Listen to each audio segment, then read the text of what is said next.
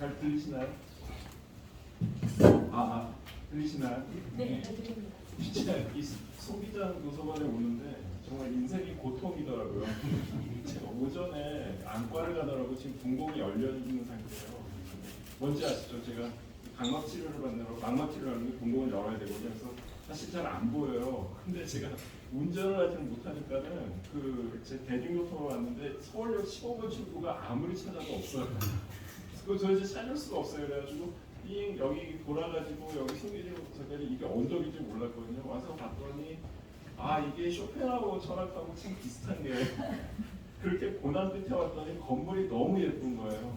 그리고 한 가지 참 이게 철학 강의를 토요일 날 하면서 제가 항상 좀 두려운 것 중에 하나가 더운 날 이 언덕에 있는 철학 강의를 굳이 들어오시는 분들은 도대체 어떤 분들인지 굉장히 좀 궁금해요. 그 이유는 뭐냐면 철학이 사실은 편안할 때 관심이 가는 건 아니에요. 기본적으로 철학에 관심이 있다는 건 사실 좀 힘들다는 겁니다. 대개는 그래요. 철학이나 심리학이 그런데요. 근데 대개는 이런 게 있어요. 그러니까 힘드니까는 그냥 어디 여행 한번 갔다 오거나 뭐 딴 거 하면서 잊어버리지 이런 과로 하시는 분이 하나가 있고 내가 왜 고통스러운지 진지 한번 탐구를 해보자. 그러면 삶이 업그레이드 되는 분들이 있어요. 근데 이렇게 토요일날 더운 날 쇼펜하우어를 들어 여기까지로 오시는 분들은 정말 삶을 업그레이드하는 쇼펜하우어가 말하는 인류의 1% 시민들입니다. 박수 한번 치십시오. 대단한 분들이에요. 근데 이제 제가 쇼펜하우어를 좀 말씀드렸는데요. 저는 고등학교 선생님이라서 말을 오래 못합니다. 고등학교 수업은 50분이거든요. 그래서 2시간 동안 얘기를 하신다고 그랬는데 사실은 제가 한 80분 정도 얘기를 하고요. 그 다음에 한 20분 정도 질의응답을 받으려고 이렇게 하려고 합니다. 괜찮으실까요? 네. 제가 좀 말이 빠른가요? 그럼 조금만 더 빠르게 하겠습니다. 말씀드리는데요. 이 제목 잘못됐어요. 쇼펜하우어가 배우는 행복의 본질은 무엇인가? 행복 없습니다. 쇼펜하우어는 행복 얘기하지 말라는 거예요. 이 사람은 아예 행복이라는 단어를 안 씁니다. 이거 가만히 생각해 보십시오. 행복한 사람은 행복을 묻지 않아요. 불행한 사람만 행복을 찾습니다. 그렇잖아요. 행복한 사람은 자기가 행복한 상황을 자별하게 그냥 누리고 있을 뿐이지 나 행복해 그렇지 않아 생각하지 않거든요. 쇼펜하우어가 바로 그런 식으로 삶을 살라는 거예요. 근데 이제 쇼펜하우어를 설명하기 전에 얘기가 약간 돌아가야 되는데 철학을 재미있게 공부하려면 두 가지를 봐야 됩니다. 하나는 그 사람이 왜 이런 얘기를 했을까 하는 시대 배경을 알면 좀 그 사람이 보여요. 그리고 그 사람의 관상을 봐야 됩니다. 관상은 의외로 과학적인 게 있어요. 그렇게 생긴 사람이 그런 얘기를 하거든요. 그렇게 살아간 사람이 또 그런 얘기를 해요. 그래서 먼저 이 쇼펜하우어가 살았던 시대를 보여드리는데요. 시대가 반드시 일치하진 않지만 쇼펜하우어가 유행했던 무렵에 유럽 사회를 보여주는 어떤 사진이에요. 여기 가운데 정숙한 검은색 옷을 입은 여인이 보이는데요. 누군지 아세요? 누굴까요? 빅토리아 여왕입니다. 그리고 서 있는 분은 알버트 대공 남편이에요. 그리고 옆에 아이들이 쭉 서 있잖아요. 누굴까요? 맞습니다. 빅토리아 여왕의 9자녀. 이제 한 명이 아직 태어나기 전이고 9자녀예요. 유럽 전역에 이 사진이 쫙 뿌려졌어요. 그러니까 유럽의 모범적인 가정의 모습이다. 여기도 이렇게 살아가. 여기 보면 루이 14세 초상 아시죠? 태양왕. 이게 우리는 유럽사 이게 여행하시다 보면은 골동품상에 상점에 보면 엄청나게 많아요. 루이 14세 초상이 초상이. 그게 왜 그러냐면은 대통령 사진 붙여놓는 것처럼 관공서마다 붙여놓은 거예요. 김일성, 김정일 사진 붙여놓듯이 그런 사진입니다. 이 사진도 그 중에 하나예요. 모범적인 가정의 사진이라고 붙여놨는데 가만 보시면 현대인의 관점은 약간 이상합니다. 가족 사진치고는 너무 치밀하지 않아요. 누구 죽은 것 같지 않으세요? 다 인상 쓰고 있어요. 그리고 남편도 시무룩하고 아이를 안고 있는 여왕의 표정도 영 몸같지 않습니다. 몸마땅치 않죠. 그리고 여기 서 있는 아기들 표정을 봐도 애 같지가 않아요. 다 인상 쓰고 있습니다. 왜 그럴까요? 계몽의 정신이 이렇습니다. 이성적, 합리적, 그죠? 사페레 아우데 맞아요. 감히 알려고 하던 하려고 하는 건 맞지만은 기본적으로 도전적이에요. 웃음이 없습니다. 경건해야 돼요. 그리고 오차림을 보시면은 이슬람 극단주의자라고 별로 차이가 없습니다. 손만 빼고 다 가리고 있어요. 경건주의의 극치죠. 이성적이어야 되고 합리적이어야 하고 욕망을 억눌러야 되고요. 도덕적으로 고결해야 돼요. 이게 빅토리아 시대의 정치의 당시 유럽의 정치입니다. 이 시대가 맑고 깨끗했을까요? 더럽고 시궁창 같았을까요? 어떠실 것 같아요? 이 시대에 지금은 프로이드가 나왔어요. 이해가 되세요? 그죠? 욕망은 억누른다고 사라지지 않습니다. 그러니까 겉으로 봤을 때는 이렇게 고귀하고 멋진 표정을 하고 있지만 우리 이 당시에 그 소설들 보면 다 아시잖아요. 그죠? 뭐 채탈리 부인의 사랑, 안네 카라니나 다 소설이 뭐냐면 불륜의 소재예요. 엄청나게 많은 불륜이 있었고요. 그리고 매독이 유행했던 시대예요. 인류 역사상 매독이 가장 유행했던 시대가 이 19세기 유럽입니다.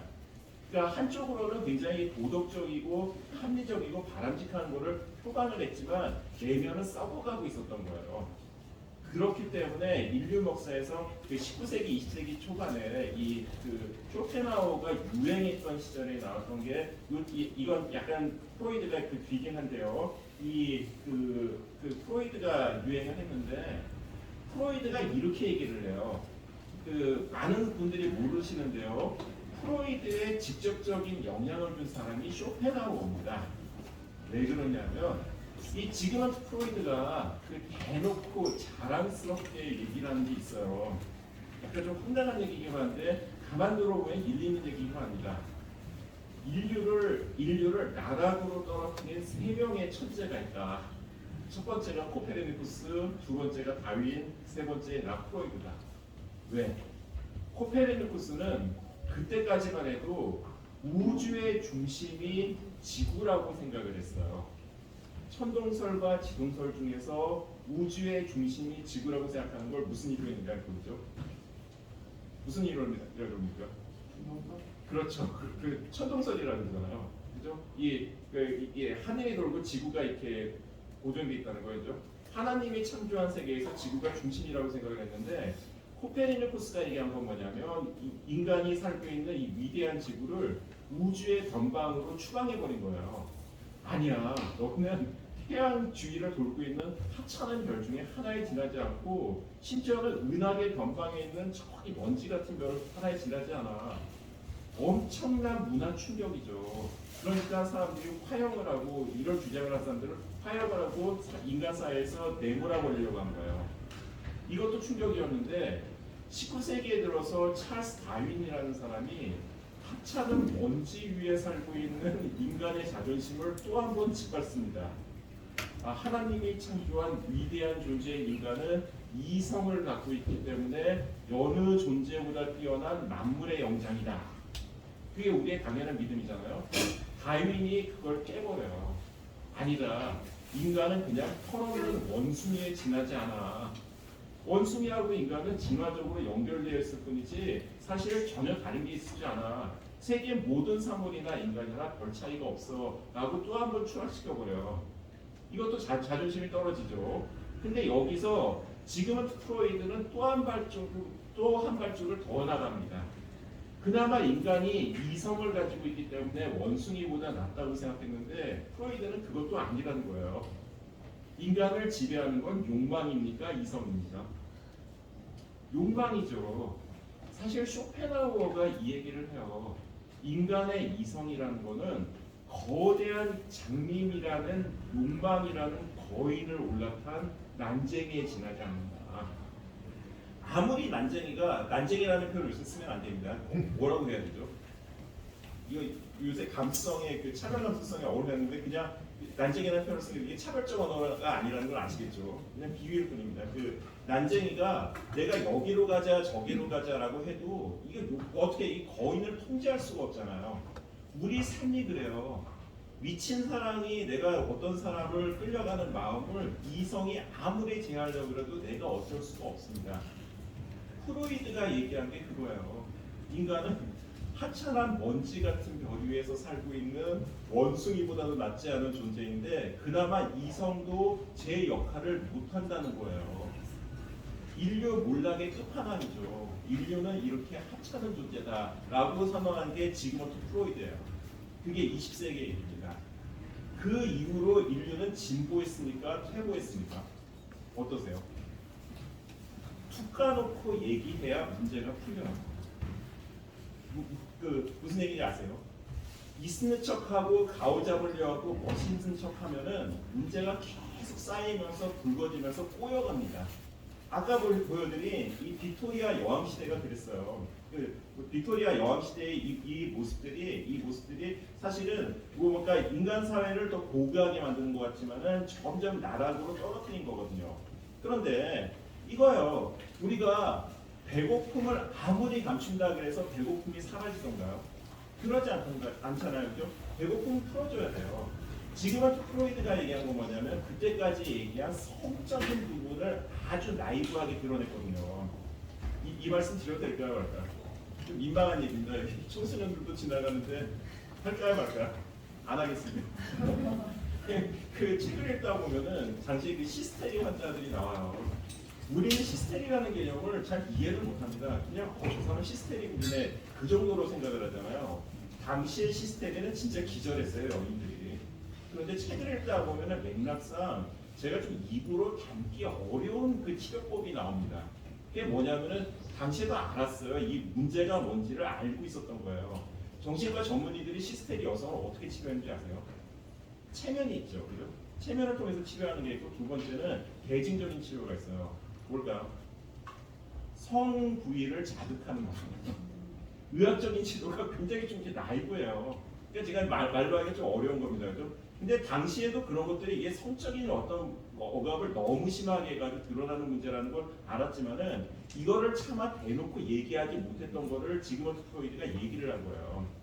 그러면서 이 사람이 엄청난 공격을 받았죠. 그리고 시달리다가 조금씩 이제 인생의 후반부로 가면서 인정을 받잖아요. 그리고 이 중간에 뭐가 있었냐면은 1914년에 어떤 사건이 있었습니까? 20세기 인류 문명의 가장 큰 재앙. 뭐죠? 1914년. 그렇죠. 제1차 세계대전이 있었어요.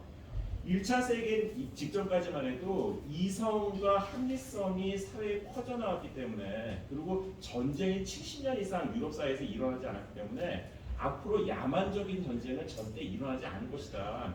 모든 게 합리적인 이성에 따라서 잘 해결될 것이라고 사람들이 믿었어요. 근데 웬걸 1914년에 전쟁이 벌어졌을 때 이거 굉장히 역설적인 건데요. 당시에 유럽의 젊은이들이 열광했대요. 왜 열광했는지 아세요? 지겨운 평화가 이제야 끝났다.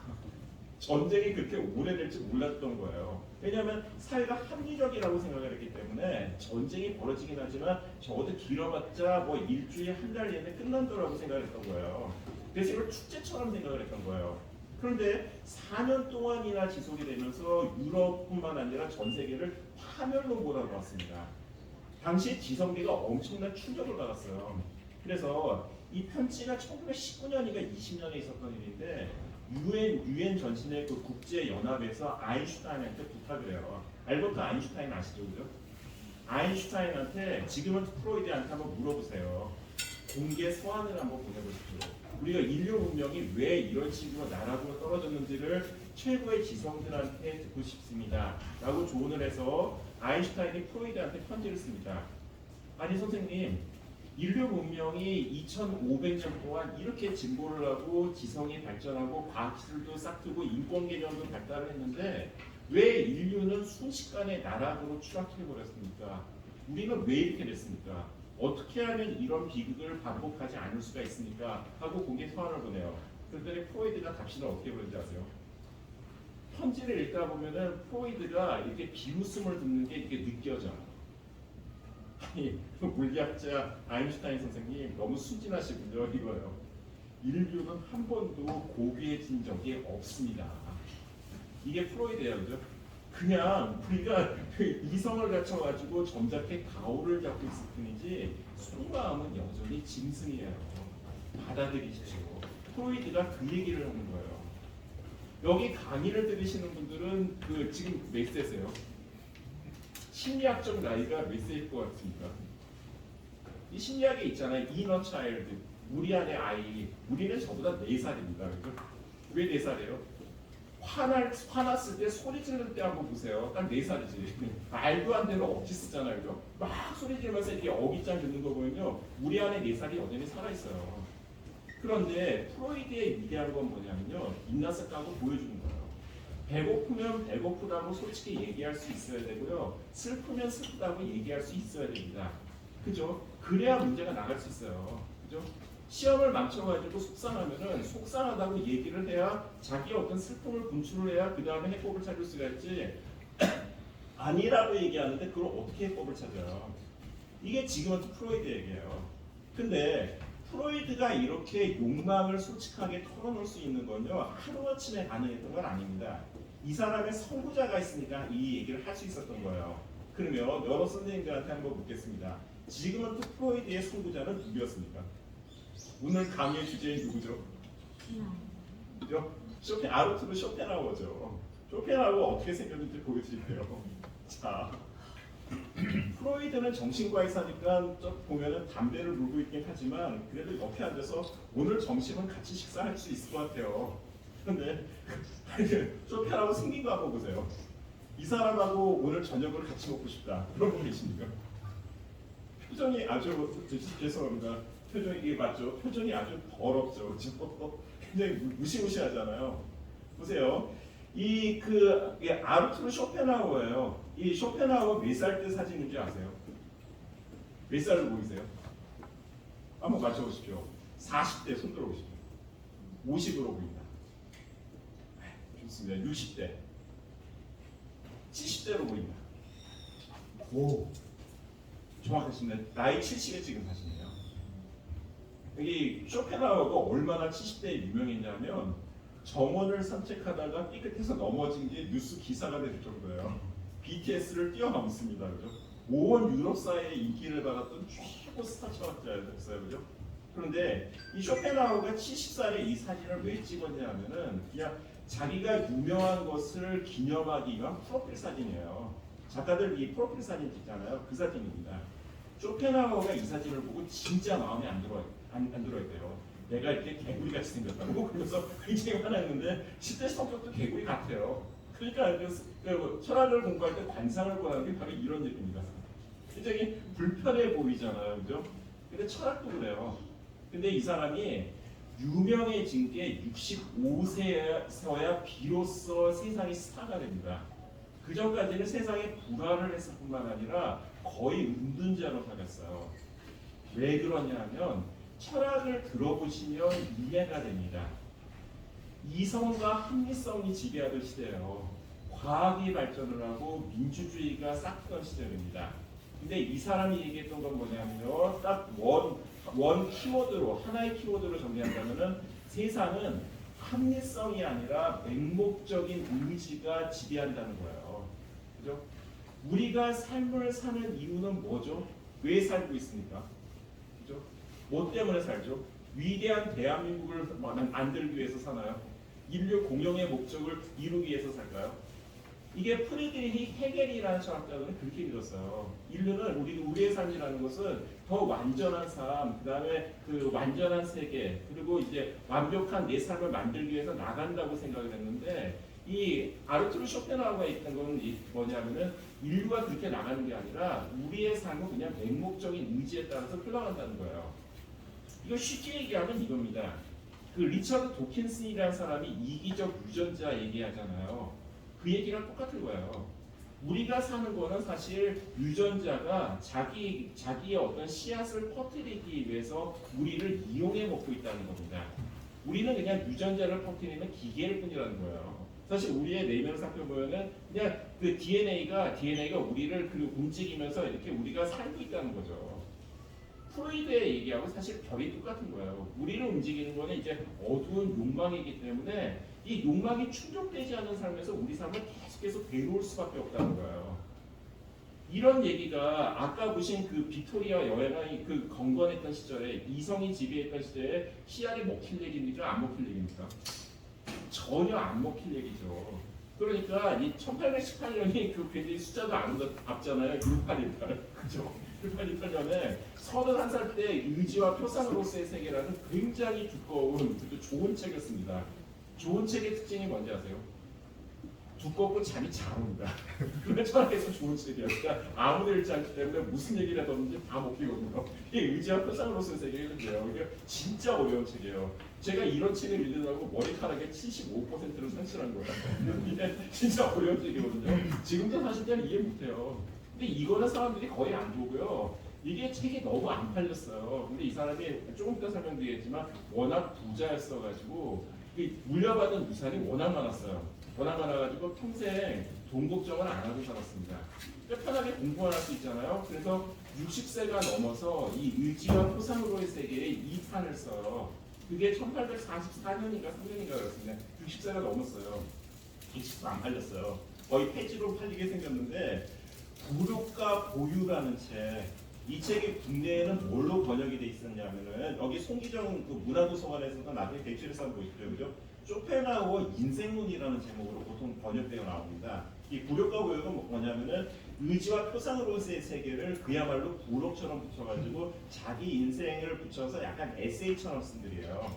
에세이처럼 쓴 글인데 이 책이 대박을 터뜨린 거예요. 그죠? 62세에 쓰고 아마 이 연도가 틀렸습니다. 1845년이 아니에요. 그죠? 이게 나중에 고쳐드릴 텐데 이 62세에 쓰고 65세에 대박이 터졌는데 어떻게 대박이 터졌냐면은 이 독일 사회에서는 이 책이 알려지지 않았어요. 근데 영국에서 어느 신문에서 이 책에 벌써 서평이 난 거예요. 쇼펜하우어라는 독일의 천재가 이 책을 썼다. 굉장히 의미 있는 책인데 부록과 보유를 봤을 때는 의지와 표상으로의 세계도 충분히 검토해볼 가치가 있다. 그래서 영국 발로 다시 독일로 쇼펜하우어가 알려진 겁니다.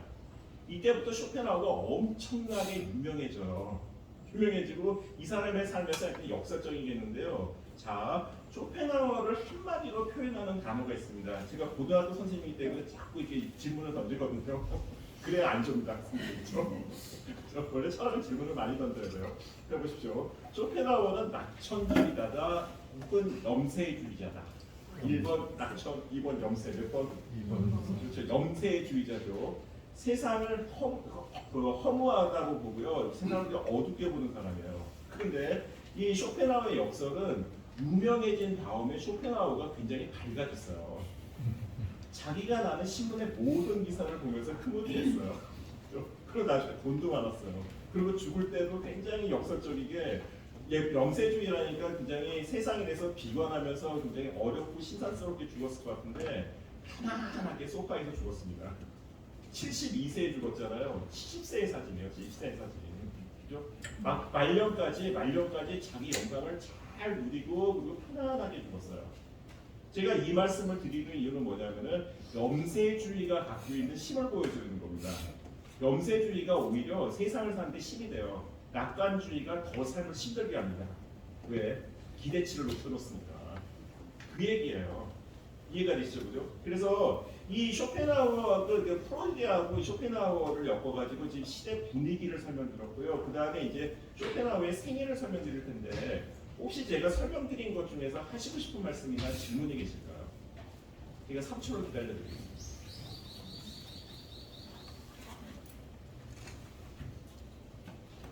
네, 넘어가도 될까요? 이분이 젊었을 때 어떻게 생겼는지 보여드릴게요. 이렇게 생겼습니다. 자, 이분하고 연애를 하고 싶다. 나는 이분하고 절대 말 걸고 싶지 않다. 소개팅 나가면 그냥 자리를 박차고 나오겠다. 어느 쪽이 있으시겠어요?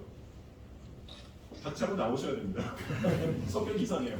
진짜 이상해요. 왜냐하면 아르투르 쇼펜하우어예요. 이 철학을 공부할 때 일단 관상을 보시고 우리 이름의 뜻을 한번 보십시오. 아르투르예요. 아르투르. 아르투르라는 이름이 왜 지었는지 아세요? 아버지가 상인이었어요. 국제적인 아주 큰 상인이었습니다. 그래서 이름이 아르투르예요. 어디서 읽어도 아르투르라고 읽습니다. 어서라고 읽으니까 그죠? 그러니까 우리가 영어 이름 짓잖아요, 그죠? 외국인에서 다니는데 요새는 국내 회사에도 영어 이름으로 보통 쓰는데 그래서 그래요. 아르투르 쇼펜하우어라는 이름을 들으면은 이 사람이 벌써 그 가문의 어떤 가업을 세습하기 위해서 이게 상인으로 길러줬거라는 걸 알 수가 있어요. 근데 이 사람은 좀 문제가 있는 게 이 말씀 드려도 될까 말까요?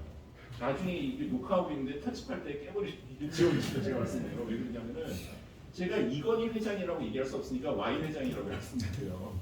위대한 경영학자죠. 좋은 경영학자입니다. 그러니까 스티브 잡스 같이 위대한 경영학자인데 이런 경영가들의 특징은 스티브 잡스도 그랬죠. 그리고 이건 회장님도 그래요. 제가 그 국내 그 인물이니까 임자를 붙인 겁니다. 왜 정치적인 이런 단어는 아닙니다, 그죠?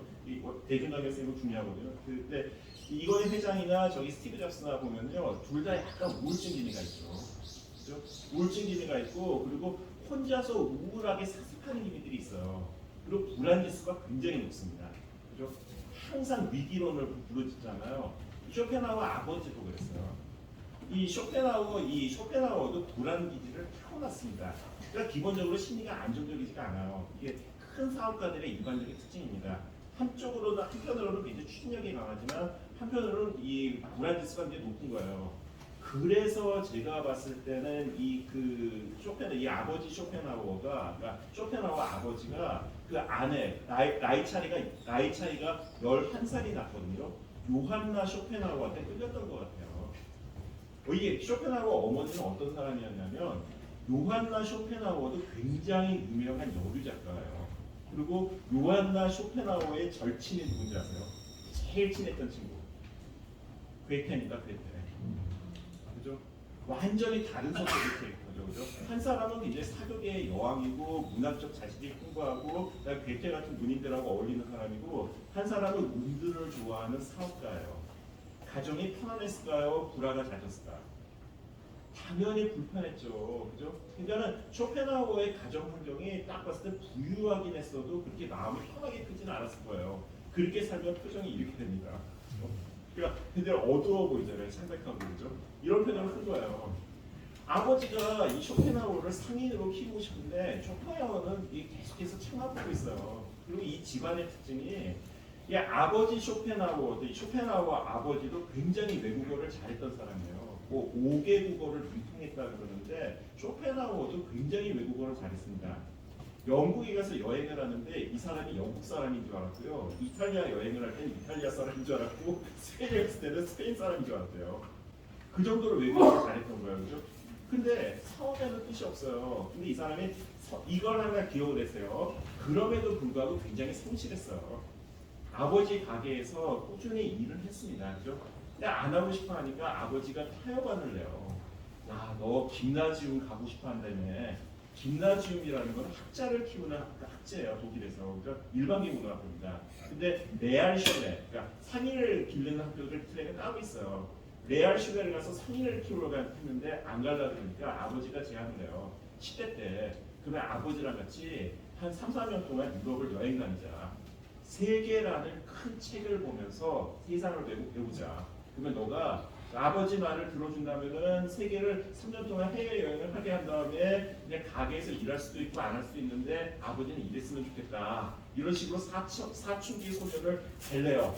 아들이 그 제안을 받을까요? 안 받을까요? 13세 소녀는 중2병 환자거든요. 당연히 받죠. 공부하기 싫은데. 학교 사는 여행이 좋지 않겠어요? 받아요. 근데 이게 역효과를 낼 거예요. 자, 근데 철학자가 맞는 게 유럽을 돌면서 이 쇼펜하우어가 기록하는 유럽의 풍경은 뭐냐면 보통은 하면 이걸 생각해보세요. 프랑스 파리를 갔어요. 뭘 보셨겠어요? 에펠탑이 당시에 없었습니다. 그럼 뭘 봤을까요? 파리에서? 베르사유 궁 약간 떨어져 있지만 그걸 본다든지 궁전을 보다든지 그런 걸 봤을 거잖아요. 뭘 봤는지 아세요? 툴룡이라는 도시에 가가지고 파리는 기억이 없어요. 제가 알기로는 툴룡이라는 도시에게만 남아있는데 노예 시장을 보고 충격을 받습니다. 야, 이건 지옥도다. 4,000명이나 되는데 흑인 노예가 갇혀 있는 모습을 보면 아, 세상은 이렇게 슬프고 어려운 곳이구나 이건 봐요. 여행을 다니면서도 사형장만 보고 다녀요. 그래서 아, 인간의 삶은 비참한 거구나. 미술관에 가서도 이게 고통받는 그림만 보면서 이게 상처를 받습니다. 누구 떠오르지 않으세요? 석가모니 부처님. 석가모니 부처님이 왕자로 컸기 때문에 고통을 제대로 볼 수 있었던 거예요. 아예 태어나서 고통 속에 살았으면은 이게 고통이 당연한 현실이라고 받아들이는데 뭐 귀족으로 아주 고귀하게 크다가 길거리에서 우연히 그러니까 고통받고 죽어가는 모습을 보면서 이게 고통의 본질이라는 거를 이 외부적 관점에서 보니까 이게 문제로 느끼잖아요, 그죠? 이게 바로 이 그 아르투르 쇼펜하우의 상황이었던 거예요. 그래서 10대 때 이미 이 사람의 머릿속에 감이 있는 건 뭐냐면은 세상이 고통스러운 거고 이 고통스러운 세상에서 벗어나려면 어떻게 해야 되는지에 대한 문제의식을 확연하게 가져온 겁니다, 그죠? 그러니까 아버지의 의도는 안 되는 거예요, 그죠? 그러니까 내 자식이 내 뜻대로 안 된다 그래도 너무 좌절하실 필요는 없습니다. 쇼펜하우 아버지도 있지만 결국 위대한 철학자가 됐잖아요. 그래서 우리 아버지도 제 뜻대로 저를 키우지 못하셨어요. 그래서 너무 철학자가 됐는데 보시죠. 이 사람이 컸는데 똑똑했잖아요. 그리고 생각을 해보세요. 17살 때 이 쇼펜하우의 아버지가 자살했어요. 굉장한 상처죠, 그죠? 근데 쇼펜하우가 기본적으로 성실성이 있었던 게 자살하고 엄청난 유산을 물려줬으니까 나는 이제 일을 안 하겠다 그랬던 게 아니라 그 아버지의 사업을 어떻게든 끌고 가려고 그랬어요. 적성에 안 맞았는데. 그래서 일을 안 물고 그냥 사업을 했는데 사업도 꽤 잘했어요. 그죠? 이 문제없이 지나갔는데 그 어머니 요한나 그 쇼펜하우어가 오히려 그 아들을 달랜 거예요.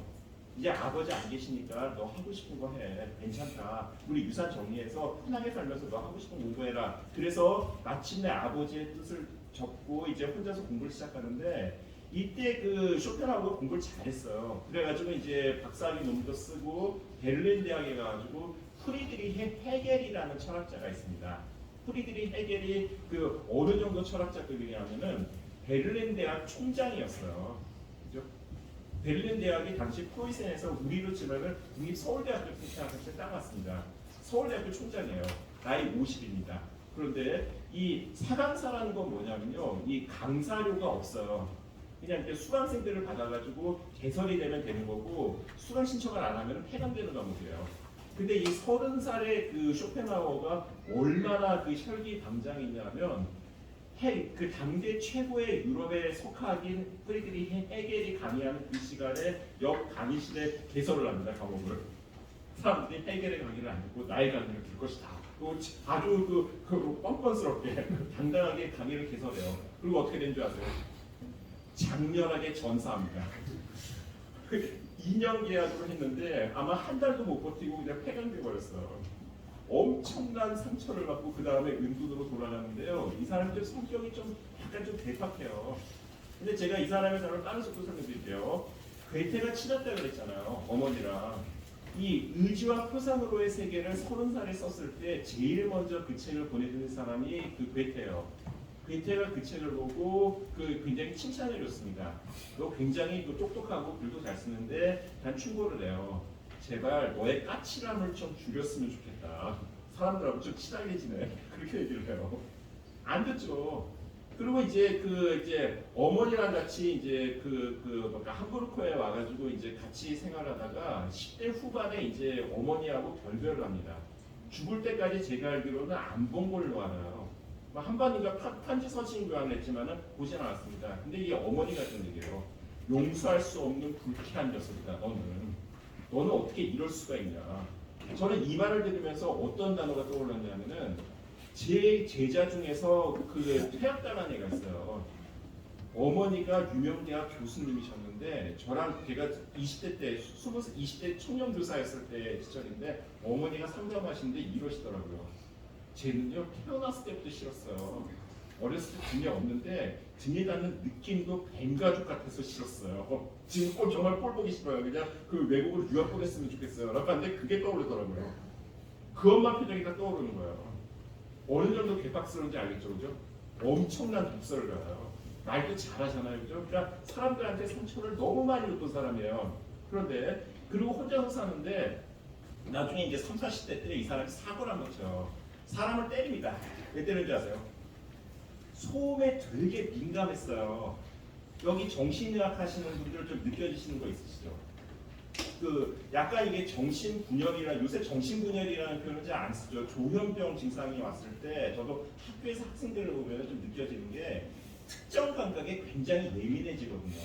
그래서 뭐 선생님이 수업을 하시는데 틀니가 이게 반짝거리는 게 거슬린다.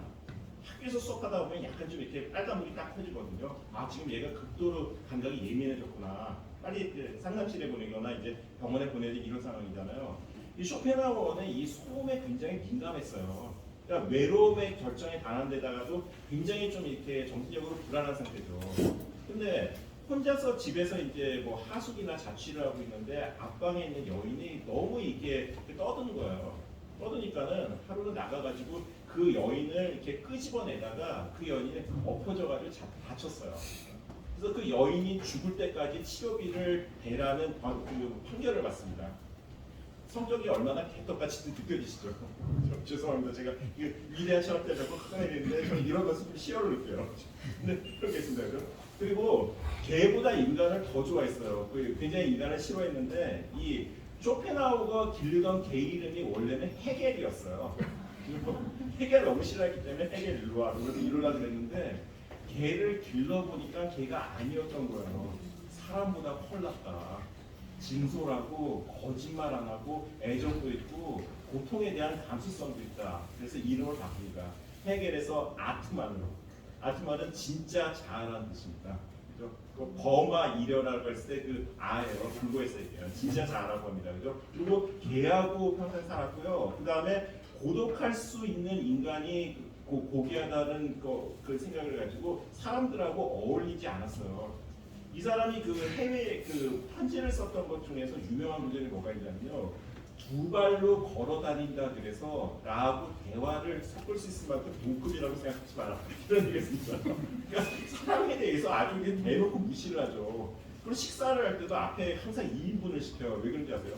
자기 앞에 사람이 앉는 게 싫어가지고. 그래서 혼자서라도 항상 2인분을 시켜가지고 또 그걸 다 먹습니다. 엄청난 대식가지고요.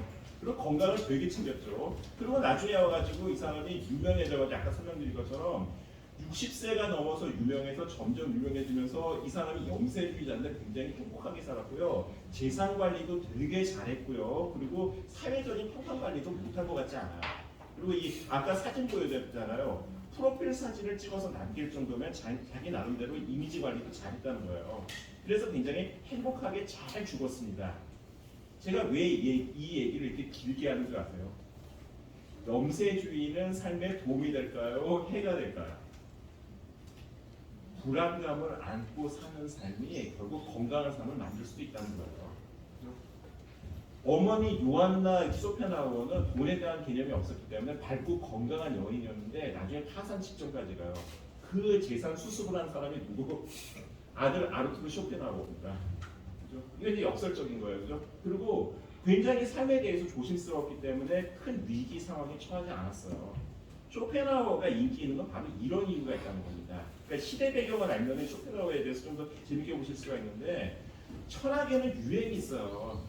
백한쇼, 그 외경 시대 때 철학자의 3대 대명사입니다. 항상 그 경성 제대 학생들은 이 백한쇼를 끼고 다녔다 그러죠. 백한쇼가 누구죠? 데카르트, 칸트, 쇼펜하우어. 쇼펜하우어가 또 유행이 아니었다가 쇼펜하우어는 2, 30년 주기로 계속 그러는데 쇼펜하우어가 유행하는 시기는 그렇게 바람직한 시기는 아닙니다. 쇼펜하우어가 뜨는 순간에 아 대한민국이 많이 암울해졌구나 이런 표현 써도 될까요? 자살률이 올라가겠구나 라고 느껴져요. 왜냐하면 쇼펜하우어는 절대 사회가 행복하고 밝을 때 그 인기를 끄는 철학자가 아니에요. 왜 그러냐면 잘 보십시오. 시험을 망했을 때 학창 시절 한번 떠올려 보세요. 시험 망했을 때 어떤 얘기를 듣고 싶으세요? 야, 난 60점인데 쟤 98점 받았대. 우리나라 평균이 95점이야. 이런 얘기 듣고 싶으세요? 시험 망했는데 쟤도 망했대. 쟤는 더 망했어. 너 65점이면 그래서 반에서 한 15등은 해. 이런 얘기 듣고 싶지 않으세요? 그래서 쇼펜하우어가 유행하는 거예요. 인생은 다 어두워. 별거 없어. 다 고통뿐이야. 자기 삶이 힘들 때 남이 고통스러운 게 오히려 내 삶의 위안이 되잖아요. 그죠? 타인의 잘남은 나의 못남이 되는 거야. 남이 못나면 내가 좋은 거예요. 인생은 고통스럽대요. 그래 고통스럽지. 내 삶이 고통스러운 것도 괜찮은 거야. 이렇게 되는 거예요. 미래가 장밋빛일 때는요. 어떤 이야기 들리냐면은 밝고 희망적인 얘기가 들립니다. 우리는 민족 중흥의 역사적 사명을 띠고 이 땅에 태어났다. 뭐죠? 국민교육헌장 몇 년 전에 나왔습니까? 1968년에 나왔죠. 1968년은 경제개발기에 오게 된 게 몇 년 차죠? 62년부터 시작을 했잖아요. 대한민국이 우기를 승천하고 올라갈 때는요, 국민교육헌장이 나와도 물론 그 독재인지 아닌지에 대해서 여러 가지 그렇지만 저는 정치적인 발언하는 게 아닙니다. 그게 해결적 발상이에요. 실제로 그걸 만든 사람이 해결 전공자인 박종홍 교수입니다. 국민교육헌장을 쓰신 분이. 그런데 그때 당시에는 발전적인 얘기를 좋아해요. 뭔가 세상에서 나아가는 걸 좋아하지만 무너질 때는 이와 같이 세상이 비관적이고 어둡다는 얘기가 오히려 위안이 되는 거예요. 인간 두뇌는 변온동물과 같다는 게 그런 얘기입니다. 그러니까 뭐냐면 자기 기분이 우울할 때는 우울한 얘기에 끌리고 밝을 때는 어떤 밝은 얘기를 듣고 싶어 한다는 거죠. 근데 아까 그 의지와 표상으로의 세계가 왜 그 실패했는지를 구성을 설명했는지를 이 연도를 보시면 아는데요. 헤겔의 정신현상학이 1807년에 나왔어요. 프랑스 대혁명 몇 년에 났습니까? 1789년에 났죠. 1807년이 무슨 해냐면 예나 대학에 나폴레옹 군대가 들어오던 날이에요. 정신현상학의 서문이 어떻게 끝나냐면은 서문이 아니라 그 책에 어디서 나오는 구절인데 이런 구절이 있어요. 나는 말을 탄 절대 정신을 보았다. 실제로 헤겔이 이 절대 정신을 봤습니다. 그 사람이 누구? 나폴레옹이 입성한 걸 봤어요. 이 원고를 탈구하는 말. 유럽 전체가 나중에 물론 헤겔이 이게 나폴레옹이 침략자로 바뀌었기 때문에 나중에 나폴레옹을 싫어하긴 했지만은 그때 당시 심하게 복잡했기 때문에 헤겔식의 어떤 발전 철학이 이때 먹혔던 거예요. 이때 당시 쇼펜하우가 초판을 했을 때는 그 유럽이 발전하고 이제 심한적으로 민주주의나 경제 성장이나 이런 믿음이 있었기 때문에 이제 발기제에 끝났지만은 1844년에 의지와 표상으로서의 제 2판이 나왔을 때 이게 비로소 이제 사람들이 주목을 받기 시작한 게 왜 그러냐면요. 1868년에 무슨 일이 있었는지 아세요? 공산당 선언이 있었습니다. 그죠? 그리고 파리 코민 그 언저리가 또 이때예요. 이때이기 때문에 유럽 사회가 다시 어두워지면서 쇼펜하우가 어떤 떴던 거예요.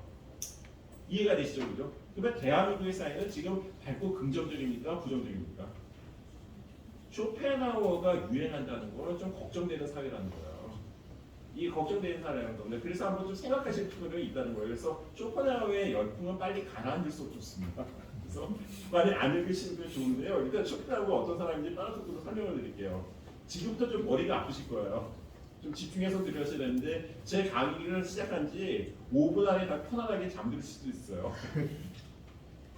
의지와 표상으로서의 세계입니다. 그죠? 여기 책에 나와 있는데요. 이 책이 몇 페이지 정도 될 것 같아요? 600페이지는 확실히 나와요. 아마 이 책을 보시면은 도대체 내가 이 책을 왜 읽고 있나라는 그 굉장한 그러니까 현타가 오실 수가 있어요. 그게 두꺼운데요. 저도 절대 권해드리지 않습니다. 왜 그러냐면요. 이 책은 한 번에 읽을 수가 없어요. 쇼펜하우어가 뭐라고 얘기를 하냐면 제가 철학책의 독법을 알려드릴게요. 읽는 법. 칸트의 순수이성 비판 읽을만 할까요? 못 읽을까요? 전문학자가 아니면 도전하지 마십시오. 이건 너무 어려운데 읽을 수는 있어요. 칸트 독일은 실제로 어렵지 않고요. 독일어뿐만 아니라 국내 번역도 몇 가지 피크니컬 텀, 그러니까 전문 용어만 알면 읽을 수가 있어요. 그런데 너무너무 어렵습니다. 왜 어렵냐면은 이런 아치를 만든다고 생각해 보세요. 이런 아치를 만들 때 쭉 벽돌돌을 쌓다가 위에다가 돌 하나를 얹어 놓으면은 이게 못이 없더라도 균형을 잡잖아요. 그죠? 아치 맨 위에 들어가는 돌을 뭐라 그러죠? 키스톤, 열쇠돌이라고 합니다. 열쇠돌을 빼면 어떻게 되죠? 아치가 순간적으로 와르르 무너지잖아요. 이런 철학책을 읽는 게 바로 그런 느낌이에요. 처음에 읽어나가는데 이게 무슨 얘기인지 모르겠어요. 이쪽에서는 읽어나가는데 무슨 얘기인지 모르겠어요. 근데 한 번 다 읽고 나면은 비로소 이해가 순간적으로 뒤에서 이 얘기하는 게 이 얘기였구나, 이 얘기였구나, 이 얘기하면서 비로소 맞춰지는데 이해가 완성되는 데까지 순수 이성 비판을 제가 이해하는데 25년이 걸렸습니다. 이제야 그게 무슨 얘기인지 알아요. 학부 때 그냥 외웠어요. 의지와 표상으로의 세계는 그냥 던져버렸습니다. 요약본을 보고 읽을 생각은 안 했어요. 왜냐하면 조금 더 설명되겠지만 그만한 가치는 솔직히 없어요. 그런데 이걸보다는 쇼펜하우어 인생론을 그냥 보십시오. 부록과 고유 정도만 보시면 되는데 왜 그런지 조금 더 설명드리는데요. 쇼펜하우어는 이렇게 얘기를 해요. 자기는 임마누엘 칸트에게서 절반의 철학을 배웠고 나머지는 인도에서 배웠다. 정확히 얘기하면 우파니샤드라는 힌두교 경전을 평생 자기 옆에 끼고 보고 있었습니다. 불교 철학에 굉장히 빼박했어요. 그래서 쇼펜하우어는 사실 불교 신자라 그래도 거의 차이가 없습니다. 얘기하는 게 불교랑 통해요. 의지와 표상으로의 세계의 첫 문장이 바로 이건데요. 세계는 나의 표상이라는 말을 씁니다. 무슨 얘기일까요? 격렬하게 알고 싶지 않아지지 않으세요? 어려워지기 시작하죠. 근데 별 얘기 아닙니다. 자 보세요. 예지계와 현상계가 있어요. 쉽게 설명드릴게요. 내가 지금 보고 있는 저 잡지하고 날아다니는 벌이 저걸 보는 잡지하고 똑같은 모습일까요? 다른 모습일까요? 내가 보는 잡지하고 벌이 보는 잡지하고 다르죠. 벌은 적외선, 자외선도 봅니다. 인간은 저기 가시광선만 봐요. 전혀 다르겠죠. 그 인간은 눈이 두 개지만 벌은 이게 여러 가지 덮눈으로 되어 있잖아요. 전혀 다를 거예요. 바퀴벌레가 기어가서 저 그 책을 느껴요. 제가 저 책을 이렇게 보는 거하고 바퀴벌레가 저 책을 경험하는 게 같을까요? 다를까요? 다르잖아요. 그 얘기예요. 예지계는 뭐냐면 저 책 자체예요. 이게 예지계입니다. 그죠? 그리고 현상계는 뭐냐면 벌이 보는 모습도 있고 인간이 보는 모습도 있고 바퀴벌레가 보는 것도 있어요. 이게 현상계예요. 이해가 되시죠? 그죠? 그러면 내가 보는 저 책하고 선생님들이 보는 저 책하고 똑같겠습니까? 다르겠습니까? 조금씩 다르죠. 그죠? 그죠? 이거예요. 그죠? 우리가 저 책의 본질 자체로 보는 게 아니라 내가 가지고 있는 어떤 그 정신의 틀로 보거든요. 이게 현상계예요. 그러면 제가 약간 어려울 수가 있는데 우리가 세상을 볼 때 한번 생각해 보십시오. 시간을 볼 수 있습니까? 시간을 보나요? 못 보지만 우리는 시간에 따라서 판단을 하잖아요. 공간을 보세요. 우리는 공간 속에 있지만 공간 자체를 보지는 못합니다. 원인과 결과로 모든 사태가 이루어지지만 우리는 원인과 결과를 볼 수 있어요? 못 봐요? 못 보잖아요. 그죠? 시간과 공간, 그 다음에 인과율이라는 것은 우리가 그것을 볼 수는 없지만은 저 책을 보게끔 하는 우리의 인지 구조라는 거예요. 시간과 공간, 그 다음에 뭡니까 인과관계라는 것은 저걸 볼 수 있는 우리가 이제 볼 수 있게 하는 하나의 그 인지 틀이라는 거거든요. 이거를 그 감성 형식이라는 표현을 씁니다. 근데 얘기하고 싶은 건 뭐냐면요. 자 보십시오. 칸트부터 설명을 드릴게요. 물 자체가 무슨 얘기냐면 칸트가 철학계에서는 굉장히 중요한 철학자예요. 왜 중요하냐면은 우리가 저 책 자체를 알 수 있습니까? 모릅니까? 벌이 보는 저 책하고 바퀴벌레가 보는 저 책하고 제가 보는 저 책이 달라요. 그죠? 그럼에도 불구하고 우리는 저 책을 안다라고 생각합니다. 저 책의 본질은 뭔지는 모르지만은 우리는 우리 자체를 보는 거예요. 제가 다른 예로 설명드릴게요. 제 얘기가 좀 어렵죠? 이해가 되세요? 좀 어렵죠? 벌써 눈이 풀리기 시작합니다. 자, 이렇게 설명드릴게요. 제가 강의를 하는데 제가 어느 기업에 가서 강의를 했습니다. 지난주에 강의를 하는데 거기가 그 기술 기업이에요. 한참 얘기를 했더니 다 이 전자공학을 정리하신 분들이에요. 그분한테 얘기했더니 다 눈이 풀려 있어요. 왜 풀려 있냐면은 자 보십시오. 제가 얘기했던 거는 생명학에 대한 얘기를 했어요. 생명에 대한 얘기를 하는데 물리학자들한테 생명이라는 개념은 의미가 있습니까? 없습니까? 오개념이죠. 물리학을 설명을 할 때는 생명현상이라는 개념이 끼어들 여지가 없습니다. 그죠? 그냥 그런 오개념으로 제쳐버리는 거죠. 그런데 생물학자들한테 얘기를 할 때는 생명이라는 개념이 중요해요? 중요하지 않아요? 굉장히 중요한 개념이죠. 그런데 생물학자들한테 제가 예를 들어서 섭리에 대해서 얘기한다, 인간 자유에 대해서 얘기한다. 그러면 생물학자들한테 그건 의미가 있겠습니까? 없겠습니까? 없죠. 그것도 오개념인 거예요. 우리가 똑같은 걸 보더라도 어떤 관점에서 보느냐에 따라서 이거는 의미가 있을 수도 있고 없을 수도 있어요. 그런데 똑같은 하나를 놓고 어떤 사람은 물리적인 측면에서 보고 어떤 사람은 생명적인 측면에서 보고 어떤 사람은 섭리의 측면에서 종교의 측면에서 봅니다. 칸트가 얘기하는 건 뭐냐면요. 우리가 알 수 있는 건 이 물 자체는 알 수가 없고 우리가 알 수 있는 건 뭐냐면 우리가 얘기하고는 이 인식의 틀 안에서만 세계를 볼 수 있다는 거예요. 이 얘기가 왜 중요하냐면요. 과학이 아무리 발전을 해도 우리가 알 수 없는 영역이 있어요. 그게 뭐죠? 칸트식으로 얘기를 한다면 순수이성 비판에서 이 얘기를 한 겁니다. 신에 대해서, 인간의 자유에 대해서, 영혼에 대해서는 과학기술이 아무리 발전하고 논의를 펼친다 그래도 물 자체, 그 자체의 세계가 뭔지에 대해서는 우리가 탐구해 들어갈 수가 없다는 거예요. 그래서 과학기술이 발전했음에도 불구하고 종교가 가능한 게 칸트의 철학 때문에 가능한 겁니다.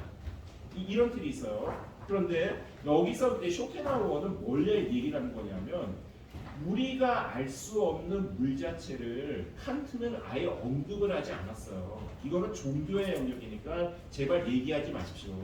자연과학자들은 과학적인 얘기만 하지 종교라든지 신이라든지 인간 자유는 내버려 두십시오라고 하는 게 칸트예요. 근데 쇼펜하우어는 칸트의 생각을 이어받아가지고 굉장히 재밌는 얘기를 합니다. 불교적인 얘기를 해요. 그게 뭔지 아세요? 우리가 알 수 없는 물 자체는 알 수가 있어요. 그게 뭐냐? 삶의 의지, 맹목적인 본능이라는 겁니다. 제가 다음 페이지를 설명드릴게요.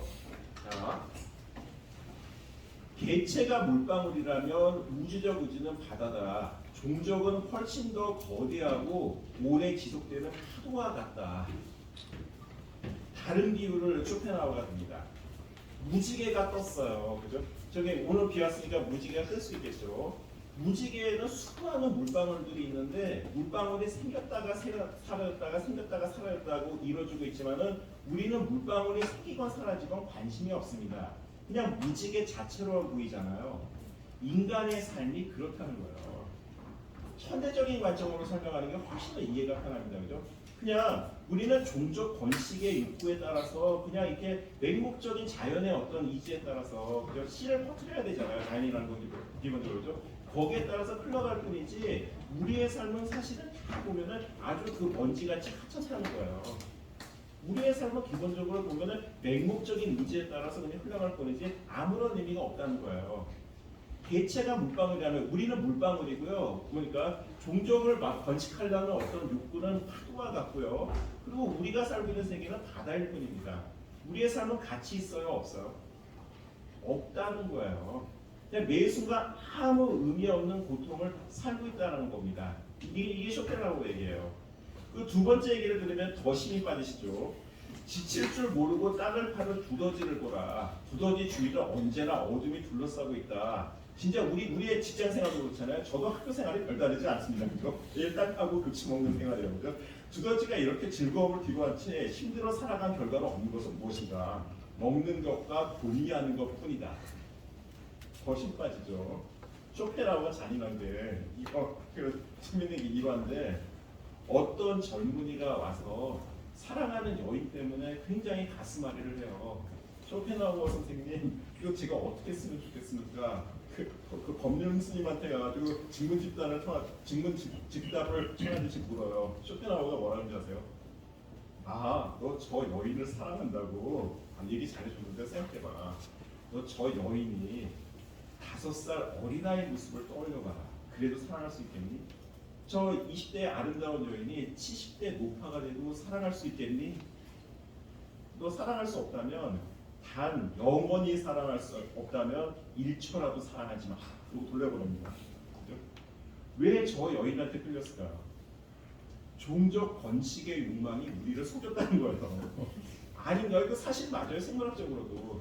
이 남성의 두뇌는 이게 성차별적 반응이 아니라는 거 아시겠죠? 남성의 두뇌라는 거는 가임기 여성을 매력적으로 느끼게끔 세팅이 되어 있어요. 당연하죠, 그죠? 원래 그래야 공적 번성을 할 수 있으니까, 그죠? 그렇게 세팅이 되어 있는 거예요, 그죠? 그런데 쇼펜하우어가 묻는 게 그거예요, 그죠? 70이 넘어가지고 이제 임신할 연령이 지난 다음에는 매력을 느낀다. 그러면 뭐겠습니까? 고귀한 정신의 어떤 힘을 갖고 있지 않으면은 그 연애의 육체적인 모습만 끌렸다면은 더 이상 아름다움을 느끼지 못하겠죠. 그런 식으로 나아가라는 거예요. 인생의 통찰이라는 건 여기 나가는 얘기 이겁니다. 마야의 베일이라는 건 뭐냐면 고통이라는 본질을 힌두교에서 마야라는 신이 덮고 속이는 거예요. 뭔가 빼락이 있는 것처럼. 이 사람이 친구한테 들은 얘기예요. 자바산 해변에 거북이 뼈가 엄청 널려 있는 거예요. 친구가 와서 들려주는 겁니다. 그죠? 왜 그래?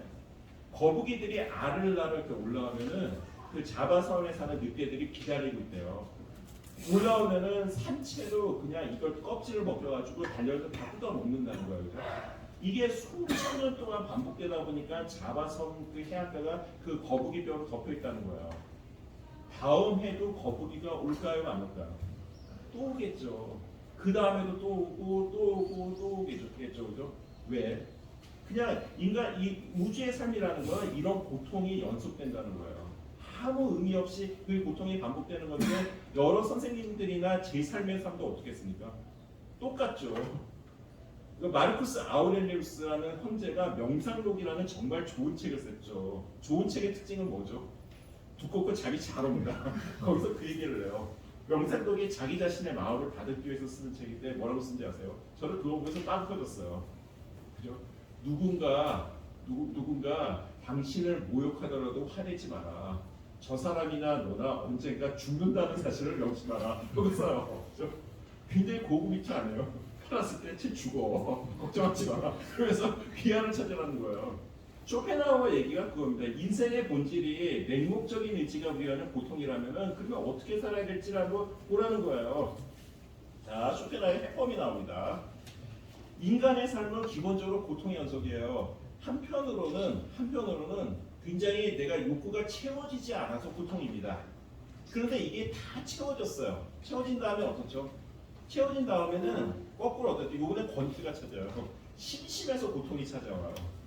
그러니까 인간의 삶이라는 거는 맹목적인 빌레슨 레벤, 맹목적인 의지가 우리의 삶을 본능이 끌고 간다는 거예요, 그죠? 프로이드가 성욕을 얘기했잖아요. 그 쇼펜하우어도 똑같이 성적인 욕망을 얘기합니다. 식욕이라든지 성욕이라든지 그 권태를 이겨내려는 재미를 쫓는 여러 가지 그 활동이 이어지는데 우리의 삶은 불빛과 권태 사이를 왔다 갔다 하는 끊임없이 고통의 연속이라는 겁니다. 그러면 뭐라면 이렇게 읽어드릴게요. 사람들은 고통에서 벗어나려고 발버둥 친다. 그러나 이런 고통을 통해 얻는 행복이란 거지가 손에 놓는 풋돈과도 같다. 큰 성공을 거두었어도 얼마 후면 다시 초조하고 불안해진다. 부유함을 손에 넣은 자들도 초라해지기는 똑같다. 그들은 삶이 너무 권태스러워서 한 곳에서 다른 곳으로 떠돌며 구걸하는 거지들처럼 유럽 여행을 다니셨잖아요. 행복한 걸 받아서 삶이 이렇다는 거죠. 또 편안하니까 지겨워서 헛것에서 다닌다는 거죠. 궁핍은 하를 층을 때리는 재찍이고 권태는 살만한 이들을 파고드는 재찍이다. 자, 궁핍에 맞고 계세요. 그 다음에 권태에 맞고 계세요. 어느 쪽이십니까? 둘 중에 하나에 시달린다는 거예요. 그래서 역설적으로 이 쇼펜하우어가 얘기하는 건 뭐냐면 이렇게 받아들일 때 비로소 사람을 사랑할 수가 있다는 거예요. 어휴, 내 새끼 얼마나 힘들었을까. 그죠? 고통의 동반자로 상대가 보인다는 겁니다. 그죠? 우리는 마음속에 몇 살이라 그랬죠? 다 4살이에요. 겉으로는 가오잡고 멋있는 척하지만은 다 힘듭니다. 그죠? 인생의 전반기는 빛을 쫓았지만 후반기는 그림자를 보듬어라. 중년의 위기를 표현하는 말입니다. 누구 얘기죠? 칼 구스타프 융의 얘기예요. 빛이 강하면 어두움도 짙다. 그죠?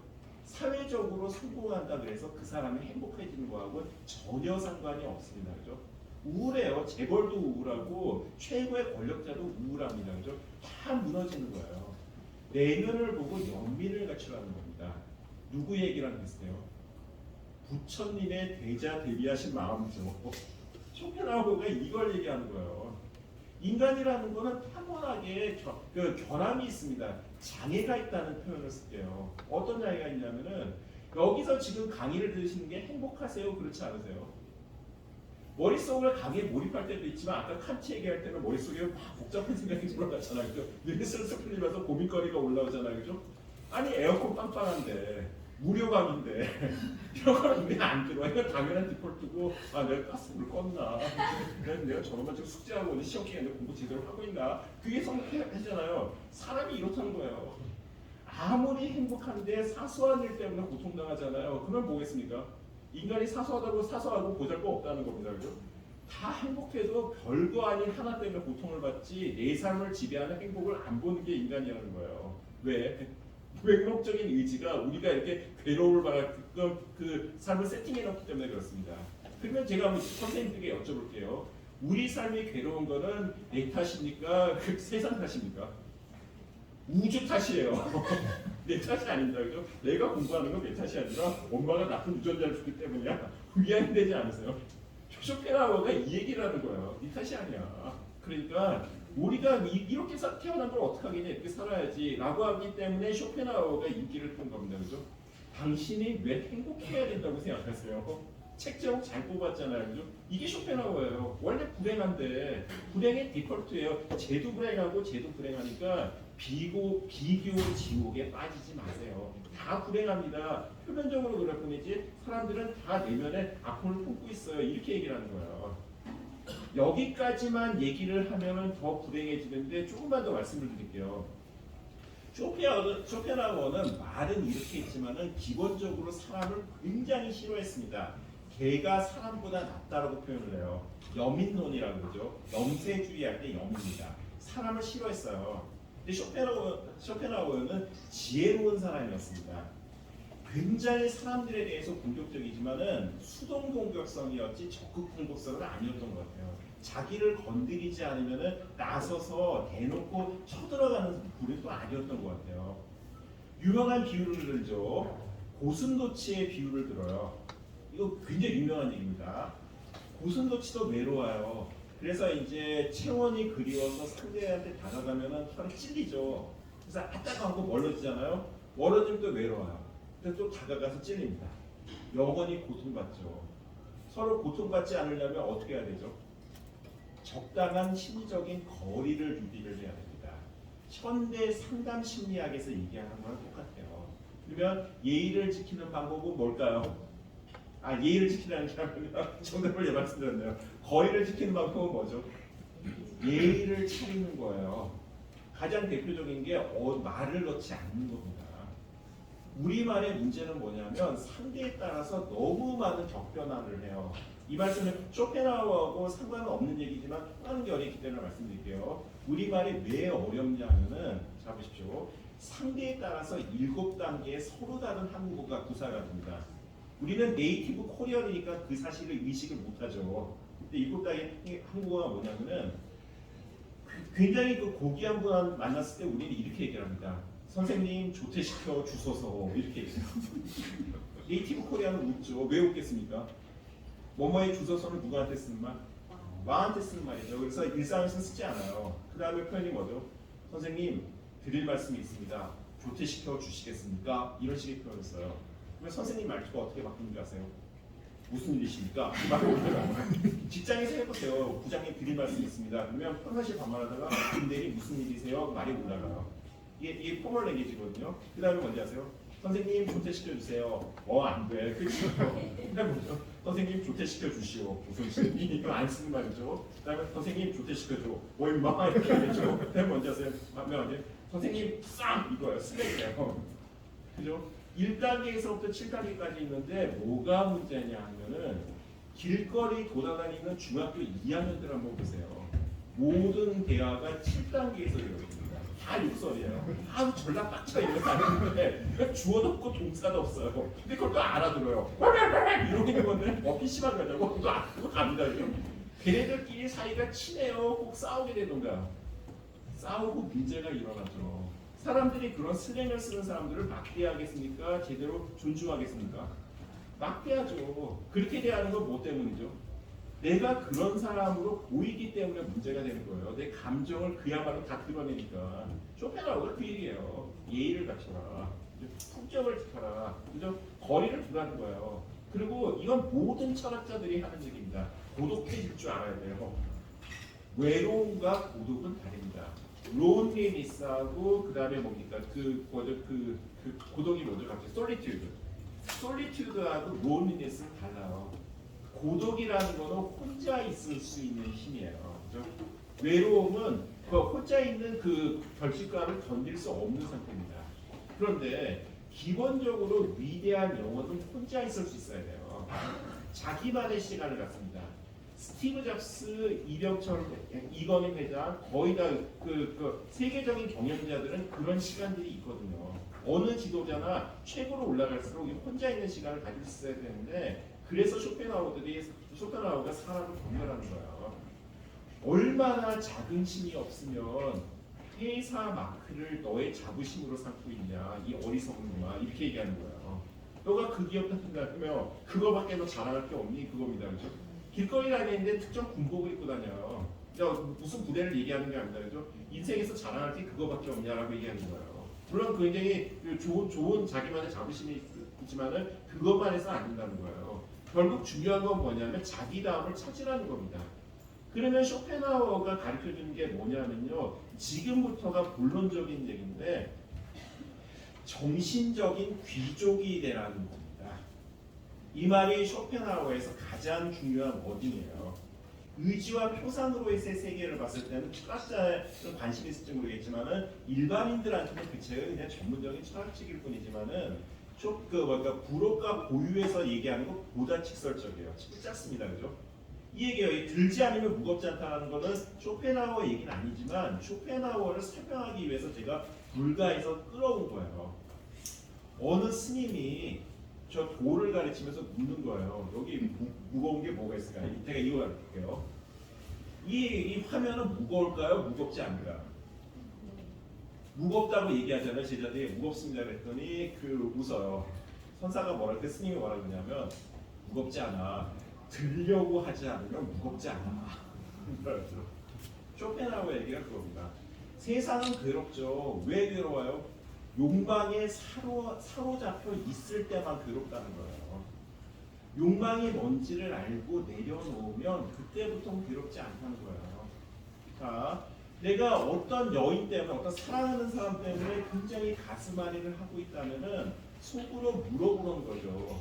이건 나의 DNA가 종족 번식을 하기 위해서 나를 이렇게 하고 있는 건지 내가 진짜 그 여인을 사랑하고 있는지 물어보라는 거예요. 이게 궤변 같으세요? 궤변 아닌 것 같으세요? 달라요. 제가 약간 불편할 수 있는데 그냥 말씀드리겠습니다. 불편하면 손 들고 선생님 못 듣겠습니다. 그냥 말씀을 하세요.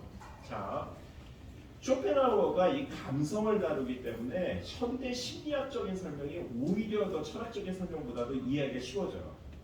슈퍼 노멀 스티뮬러스라는 게 있습니다. 초정상 자극. 초정상 자극이 뭐냐면요. 이게 동물 심리학에서 나오는 얘기인데 어미새가 먹이를 찾아서 나갔어요. 새끼새들이 먹이 달라고 삐약삐약하고 울고 있습니다.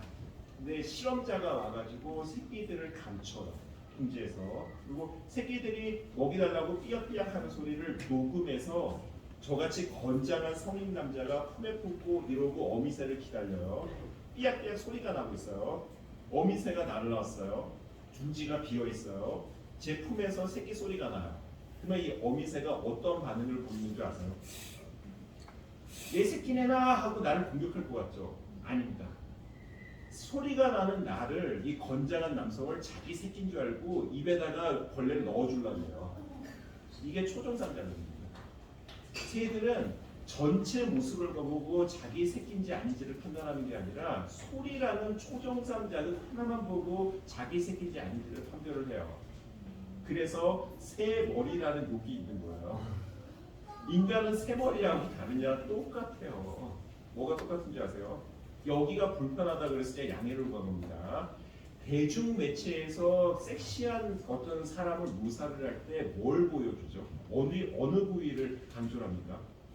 새빨간 입술, 풍만한 가슴, 그 다음에 둔부를 강조를 하죠. 남성을 비유할 때 큰 키, 벌어진 어깨 이런 걸 보여주잖아요. 이게 초정상 자극이에요.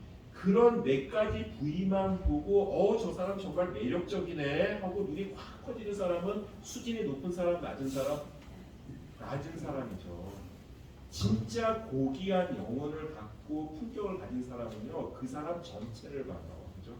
그러니까 뭐냐면 나이 먹은 영혼은 나이가 주는 매력이 있어요. 성숙함의 매력이 있어야죠. 그걸 쇼펜하우어가 갖추라는 거예요. 인생을 그런 맹목적인 의지 차원에서 보지 말고 관조의 눈으로 보라는 거예요. 이거 실제로 먹힙니다, 그죠? 제가 얼마 전에 교장 선생님한테 되게 혼났어요.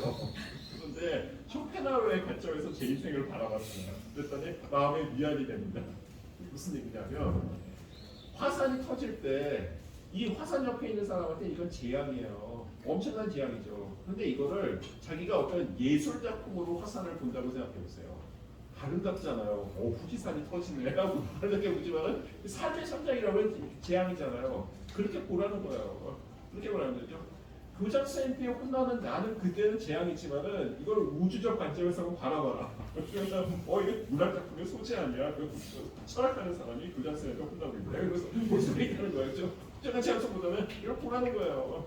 예술 작품처럼 자기를 보라는 겁니다. 비극이 그래서 좋은 거예요. 그죠? 우리는 뭐 오이디푸스 컴플렉스, 오이디푸스 왕 아시죠? 그죠? 누가 썼습니까? 소포클레스가 썼잖아요. 그리스 비극을 우리는 그냥 문학 작품으로 보지만 그런 문학 작품은 아닙니다. 여기 그리스 유럽의 그 여행을 가시는 분들은 많이 보셨겠지만은 로마 극장들 아시죠? 엄청나게 큽니다, 그죠? 아마 지금도 극장으로 쓰는데 굉장히 많아요. 제가 올 겨울에 그 스페인 말라가를 갔었는데 말라가 도시에도 이 로마 시대 극장이 남아 있더라고요. 아직도 공연장을 씁니다. 공연장을 쓰거든요. 그런데 무슨 말씀을 드리냐면은 공연장 규모가 너무 커요. 당시의 도시가 커봤자 한 개 도시가 시민이, 그러니까 당시 시민이라는 게 남자 자유인만 얘기를 했잖아요. 많아봐야 3,000명이 안 될 텐데 얼추 봐도 이거 3,000명 이상이 다 돌아가요. 뭐 아크로폴리스 밑에 있는 아고라에 있는 광장 이 디자인 적잖아요, 그죠? 왜 큰 줄 아세요? 그리스 비극을 보는 것은 시민의 의무입니다. 그죠? 그냥 뭐냐면 그냥 이렇게 내가 보고 싶어서 보는 게 아니라 분기별로 가서 봐야 되는 거예요. 그죠? 그리스 비극은 그래서 만들어진 겁니다. 그건 뭐냐면 그걸 보면서 시브리스 네메시스를 몸에 익히는 거예요. 시브리스가 뭔지 아세요? 신의 의지를 감히 넘으려는 인간의 교만을 시브리스라고 합니다. 네메시스는 뭐냐면은 여기에 대해서 내리는 신의 보복이에요. 인간은 어쩔 수 없어. 섭리에 따라야 돼. 고통받는 게 인간이야라는 걸 보면서 눈물을 펑펑 흘리면서 자기 인생을 튜닝하는 거예요. 아, 고통이 당연한 거야. 내 인생은 그럴 수밖에 없어. 그런데 여기서 묘미가 있죠. 고통받는 인생이 가치 없는 인생이냐? 이건 또 다른 문제예요. 비극의 주인공이 아름답습니까? 시극의 주인공이 아름답습니까? 비극을 견디는 데서 인간다움이 피어나는 거거든요. 사람은 성공을 통해서 배우는 경우는 별로 없습니다. 그죠? 실패를 통해서 알아요. 재수를 하면서 성장하지 않으셨어요.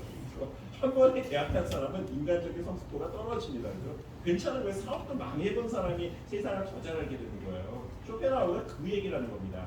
그래서 다스 베셀의 베브스트 사인, 좀 더 나은 인식적인 단계로 올라가서 우리가 이 본능의 차원에서 보지 말고 그 다음에 이거 세상을 좀 더 높은 차원에서 보라는 건데 제가 인용문을 읽어드리는데요. 이거는 굉장히 좋은 철학자가 쓴 글입니다. 읽어드릴게요. 쇼펜하우어 원문은 아닙니다. 쇼펜하우어라면 이렇게 물을 뜻이 있다. 그대는 삶을 예술로 만들기 위해 어떤 노력을 하고 있습니까? 쾌락에 이끌리지 않고 고상한 미적 감각을 키우기 위해 애쓰시는 부분이 있나요? 미술관이나 연주회를 언제 가봤는지 헤아려보라. 근육도 훈련해야 생기는 법이다. 삶을 관저의 눈으로 바라보게 하는 예술 감각도 애써 가꾸어야 한다. 중년의 삶이 욕정이 이끌리던 젊음의 세월과 같아서는 안 된다. 중년에는 욕망을 내려놓고 차분하게 세상의 본질을 바라보는 지혜를 길러야 한다. 이런 감각을 키워주는 것이 바로 예술이다. 쇼펜하우어가 예술을 삶의 꽃이라고 불렀던 이유가 누가 쓴 글일까요? 제가 쓴 글입니다. 그래서 한겨레 21에 썼던 글인데요. 쇼펜하우어를 제가 정리하면서 썼던 글이에요. 그래서 이런 자세로 예술적인 감각을 키워서 삶으로부터 멀어지라는 겁니다. 자, 토요일 날 오후 1시, 2시에 여기 오는 게 솔직히 내키셨어요? 아, 집에서 쉬지 이런 생각 드셨어요? 그런 쉬고 싶은 욕망을 이겨내고 여기 오셨기 때문에 더 좋은 인식으로 나가고 계신 거예요. 박수 치십시오. 엄청난 성과를 이루신 건데 운동을 하듯이 이렇게 가꾸면서 조금씩 위로 올라가셔야 되는 겁니다. 이게 인생의 철학은 인생의 작전 타임이에요. 일상에서 계속 철학 없이 생활을 하잖아요. 그러면 어떻게 되냐면 인생이라는 게 이래요. 이것도 쇼펜하우어 비유인데 처음에는 이유가 있어서 치고받고 싸웠을 거예요. 근데 한참 싸움이 진행되고 나면은 이거 재판을 해보신 분은 이게 무슨 얘기인지 아실 텐데 한참 지내고 나면 이제 열받아가지고 때리는 것 자체가 목적이 돼버려요. 왜 때리는지는 잊어버립니다. 그러고 나서 한참 때린 다음에 남는 건 아무것도 없어요. 그런데 이때 개입하는 사람이 뭐냐면 감독이거든요. 격투기 시합에서 감독이 나와가지고 그 작전타임 외치잖아요. 그거예요, 그죠? 숨을 골리면서 우주의 관점에서 예술의 관점에서 보라는 거죠. 내 삶이 아름다워지고 있는지 그렇지 않은지 보면서 자기 인생을 튜닝하라는 겁니다. 그래서 이런 시간이 뭐냐면 자주 철학으로 돌아가 휴식을 취하는 게 굉장히 중요해요. 이게 마르쿠스 아울렐리우스라는 철학자 얘기인데요. 거기서 제목을 따서 철학으로 휴식하라는 제 책을 쓴 겁니다. 책 홍보 맞아요. 그래서 근데 그렇다는 거예요. 그래서 더 나은 의식을 갖는다는 쇼펜하우어의 얘기는 뭐냐면은 정신을 튜닝하는 거예요. 쇼펜하우어의 얘기를 제가 한마디로 워딩을 정리한다면은 사라지는 대로 살지 마시고 사라져야 하는 방식으로 인생을 계속해서 가다듬어 주셔야 된다는 겁니다.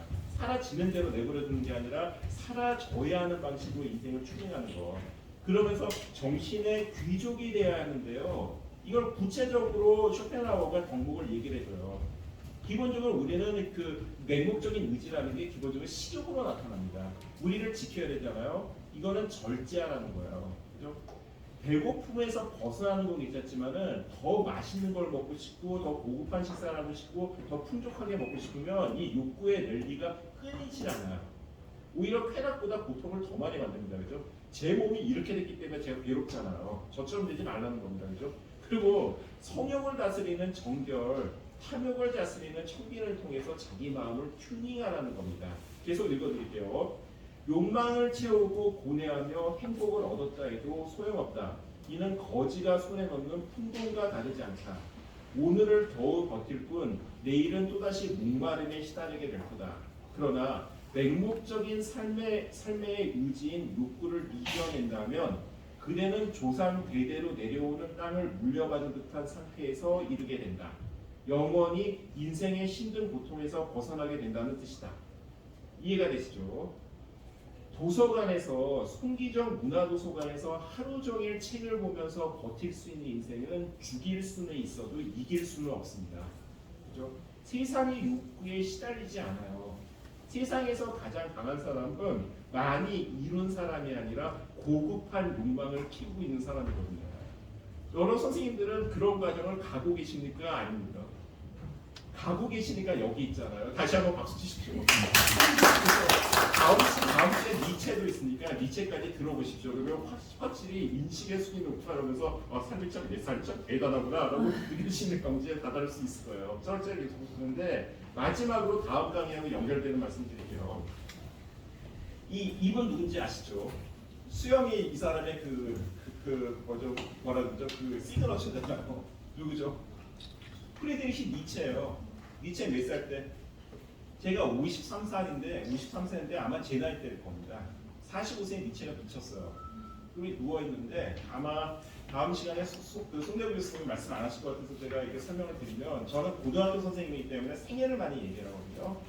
니체가 미친 사진이에요. 근데 니체가 얼마나 좀 불쌍하냐면은 미친 니체를 동생인 에리자베스 니체가 전시를 했어요. 왜냐면 이때만 해도 니체가 이제 유명했을 때거든요. 그러니까 니체 박물관을 니체 알키브 앞에 도서가 있습니다. 도서관 선생님에게 문의해 주세요. 대출하시고 그러시고요. 농담입니다. 그래서 미쳤는데 사제복을 입혀가지고 이렇게 눕혀놓은 거예요. 눕혀놓고 이게 죽을 때까지 했고 이게 전시를 했고 나중에 이 시틀러가 니체 사실 동생 때문에 니체가 유명해졌어요. 이 엘리자베스 니체가 이 정치적인 감각이 굉장히 뛰어났던 여자입니다. 그래가지고 시틀러한테 찾아가서 오빠가 얘기한 인간을 뛰어넘는 초인이 바로 당신입니다. 그래서 시틀러를 감동시켜요. 그래서 니체가 그 국가 철학자로 거듭나거든요. 이런 과정이 있어요. 그런데 왜 이런 모습을 보여주냐면은 니체가 10대 때 쇼펜하우어에 진짜 반해요.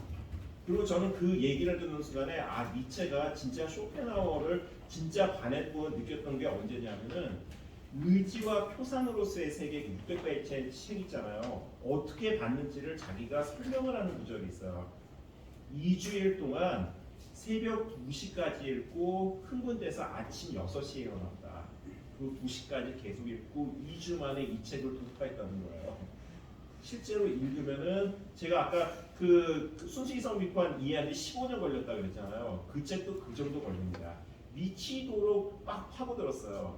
그리고 니체가 이제 조금씩 정신이 이상해지는데 이 뭡니까 반시대적 고찰이라는 유명한 책이 있습니다. 근데 거기서 쓴 얘기인데 그 교육자로서의 쇼펜하우어라 그래서 이게 스승으로서 쇼펜하우어를 추켜 세워요. 직접 배운 적은 없습니다. 그런 생물 연도가 다르기 때문에 그가 가르친 것은 사라졌어도 그가 살았던 삶은 사라지지 않으리라.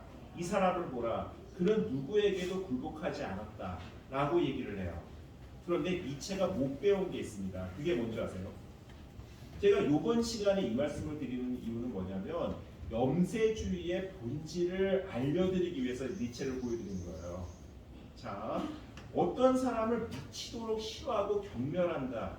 그 밑에는 뭐가 깔려 있을까요? 엄마가 너 왜 매달 늦게 와? 그러면서 야단을 쳤어요. 그 밑에는 뭐가 깔려 있을까요? 넌 왜 아빠랑 똑같이 그러고 있니? 그 밑에는 뭐가 깔려 있을까요? 아빠에 대한 미움만 깔려 있을까요? 그렇죠. 나에 대한 기대와 사랑이 깔려 있잖아요. 염세주의의 본질은 인간에 대한 기대입니다. 너희는 왜 그렇게밖에 못 살아? 충분히 잘 살 수 있는데 왜 그거밖에 안 돼? 그게 쇼펜하우어예요. 고통받으니까 자살해. 그게 아닙니다. 그죠? 그게 아니라 고통받기 때문에 제대로 고통받으라는 거예요. 쇼펜하우어가.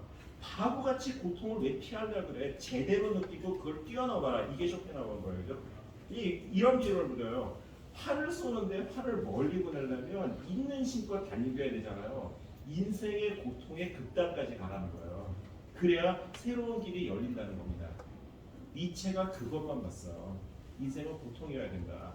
아모르 파티, 운명을 사랑하라. 짜라투스라는 이렇게 말했다라는 정말 좋은 책이 있습니다. 좋은 책의 특징은 뭐죠? 두껍고 잠이 잘 옵니다. 그리고 짜라투스가 이렇게 말했다는 절대 읽지 마시고 그 서사시예요. 니체를 모르면 그 책이 무슨 얘기인지 전혀 이해 못하기 때문에 일단 제 책을 보고 읽으십시오. 이해가 됩니다. 이해가 되는데 거기서 이런 비유를 들어요. 짜라투스트라가 이렇게 하늘을 향해서 날아오려고 했더니 그 데어 가이스데스 슈베레 중력의 영혼, 중력이 있잖아요. 중력을 다스리는 영혼이 짜라투스트라를 비웃습니다. 날개가 없는 것은 날아올 수 없어. 너가 날아오른다면 나는 널 또 끌어내릴 거야. 그랬더니 짜라투스트라가 뭐인지 아세요? 굉장히 유명한 구절이에요. 웃으며 밝게 웃으면서 중력의 영혼한테 이렇게 얘기해요. 이것이 삶이던가 그렇다면 한 번 더 그러면서 다시 뛰어오릅니다. 이게 니체예요. 아모르 파티, 운명을 사랑하라. 쇼펜하우어 적이죠. 일명 어려움을 못하면 그 위험한 베수비우스 화산 옆에 집을 지어라. 위험을 피하지 말고 너가 너 자신을 드러낼 수 있도록 한계 상황에 도전하면서 자기 다움을 드러내는 거예요. 등 따시고 배부를 때 자기가 어떤 사람인지 아는 사람은 아무도 없어요. 춥고 배고플 때 비로소 자기 다움이 피어나는 거거든요. 기업이 잘 나갈 때 일을 잘하는 건 그 사람이 인재인지 아닌지 모릅니다. 그런데 망해가는 상황에서도 필사적으로 기업을 지키기 위해서 노력하는 사람은 설사 그 기업이 망하더라도 아름다움이 있어요. 니체가 바랬던 게 바로 그런 사람입니다. 그래서 어떻게 됐죠? 미친 거예요. 쇼펜하우어는 미치라고 얘기하지 않았습니다. 궁극적으로 얘기한 건 뭐죠? 행복하라는 거예요. 그렇죠? 삶에 집착하지 말고 내려놓고 초월하라는 겁니다. 그죠? 자주 철학으로 돌아가서 예술의 관점에서 심리적 관점에서 삶을 보라는 겁니다. 그래서 쇼펜하우어는 삶이 망가지지 않았어요. 그죠? 경제적으로도 풍요롭고 말년에는 명성까지 얻었습니다. 그래서 쇼펜하우어는 우리 삶의 위안주지만 삶을 어떻게 살아야 되는지에 대한 처세도 알려주고 있어요. 이 점에서 보시고요. 그리고 마지막으로 이제 책의 소개를 드리는 건데 제 말이 좀 빠르죠. 조금만 더 빠르게 하겠습니다. 소개를 드리는데 이상하지 않으세요? 책 소개 이렇게 하면 안 된다는 걸 알아요. 근데 일부러 이렇게 했습니다. 아니 쇼펜하우어 강의를 하면 쇼펜하우어 책을 소개를 하셔야지 쇼펜하우어 원전이 하나도 없어요. 그럴 수밖에 없습니다. 이미지와 표상으로서의 세계는 일반인이 볼 수 없는 책이에요. 선생님 좀 보고 싶습니다. 보지 마세요. 또 왜냐면 그 시간에 플라톤을 보십시오. 플라톤하고 칸트는 그 철학을 전공하는 사람이라면은 멘탈 디스플린, 그러니까 뭐냐면 플라톤적 수련을 하기 위해서 봐야 돼요. 플라톤은 봐야 된다, 그죠? 그 논증을 따라갈 수 있어야 철학책을 읽을 수가 있어요. 칸트도 그렇습니다, 그죠? 근데 의지와 표상으로서의 소개는 제가 전공자분들한테 미안하지만 철학사에서 그럴 만한 가치는 없습니다. 그래서 쇼펜하우어는 속이 되고 속이 되고 속이 돼요. 딱 거기까지입니다. 니체도 마찬가지로 영혼의 강장제라고 생각하시면 돼요. 바카스예요, 바카스. 힘들 때 니체 마시면 신나요. 근데 바카스만 마시면 사람 죽습니다. 그죠? 쇼펜하우어도 그래요. 미로를 받지는 괜찮지만 쇼펜하우어를 보면서 굉장히 새로운 통찰이 열리게 인생이 바뀌냐? 안 돼요. 인생을 바꿀 수 있는 철학자 몇 명 안 됩니다. 그죠? 누구죠? 굉장히 공자, 노노 맹자 대학 주명. 이유가 있어요. 그죠? 서양 누구? 플라톤. 몇몇이 있어요. 인생의 롤모델을 보여줄 수 있는 철학자가 있지만 그 급은 아니에요. 제가 봤을 때는 쇼펜하우어를 비하하는 거 맞습니다. 근데 이렇게 와서 그 정도로 보시는데 제가 원전을 왜 소개 안 드리냐면 의지와 표상으로 세계는 너무 어렵고 두꺼워서 안 되고요. 쇼펜하우어가 인생과는 위험합니다. 대한민국 사회가 쇼펜하우어를 잘 몰라요. 실제로 보시면 성인지 감수성에 다 걸려요. 여성에 대해서 묘사하는 거 보면 이게 정상이 아닙니다. 그죠? 정상이 아니고 뭔가 보면 이제 인종차별적인 발언도 있고 그렇기 때문에 제가 원전을 소개를 안 시켜드린 거예요. 그래서 그 책을 알고 이런 걸 알고 이제 시대적인 상황을 보시면 이해가 되기 때문에 보시면은 제가 일부러 소개 안 드리고 이 책에 대한 해설서를 보이는데요.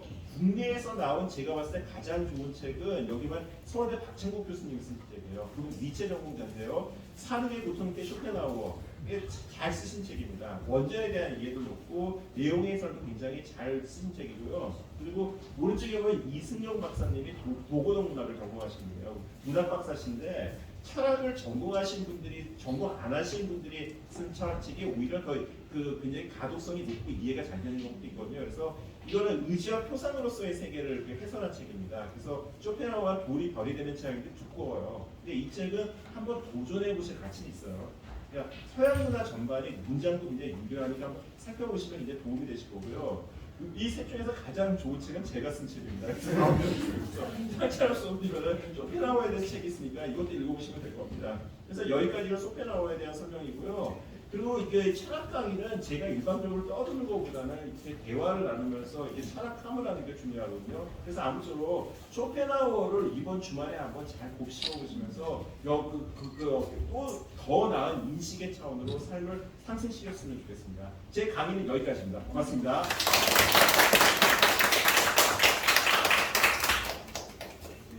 예, 하시고 싶은 말씀이나 질문. 자유롭게 지금 흘러들어서 선생님께 궁금하신 점을 질문해 주시면 됩니다. 네, 저는 거리 보는 책부터 정신을 놓았습니다. 질문 없으세요? 저는 고등학교에서 철학을 가르친다는 생각하는데 선생님 어떻게 다른 게 없습니까? 그 철학을 가르치는데요. 굉장히 좋은 질문이신데 저는 철학을 가르친다기보다는 철학함을 가르쳐요. 이게 무슨 얘기냐면 인생에서 가장 중요한 흐름은 역설적으로 일상에서는 금기시되어 있어요. 일생에서 가장 중요한 흐름이 뭔지 아세요? 내가 도대체 왜 살지? 내가 학교를 왜 다녀야 되나? 내가 이 사람하고 같이 살아야 되는 이유는 뭐야? 이게 궁극적인 흐름이에요. 당연하잖아요. 삶의 이유, 그 공부의 이유, 그 다음에 관계의 이유를 물어야 되는데 이걸 묻는 순간에 일상에서는 위험해집니다. 한번 생각해 보세요. 자제 보내고셔가지고 엄마 내가 왜 살아야 돼? 그건 어떤 생각이겠어요? 삶이 편안하고 건강한 사람이 이런 물음을 던질 리가 없어요. 그죠? 학교 생활이 즐거운 학생이 학교를 왜 다녀야를 묻지 않거든요.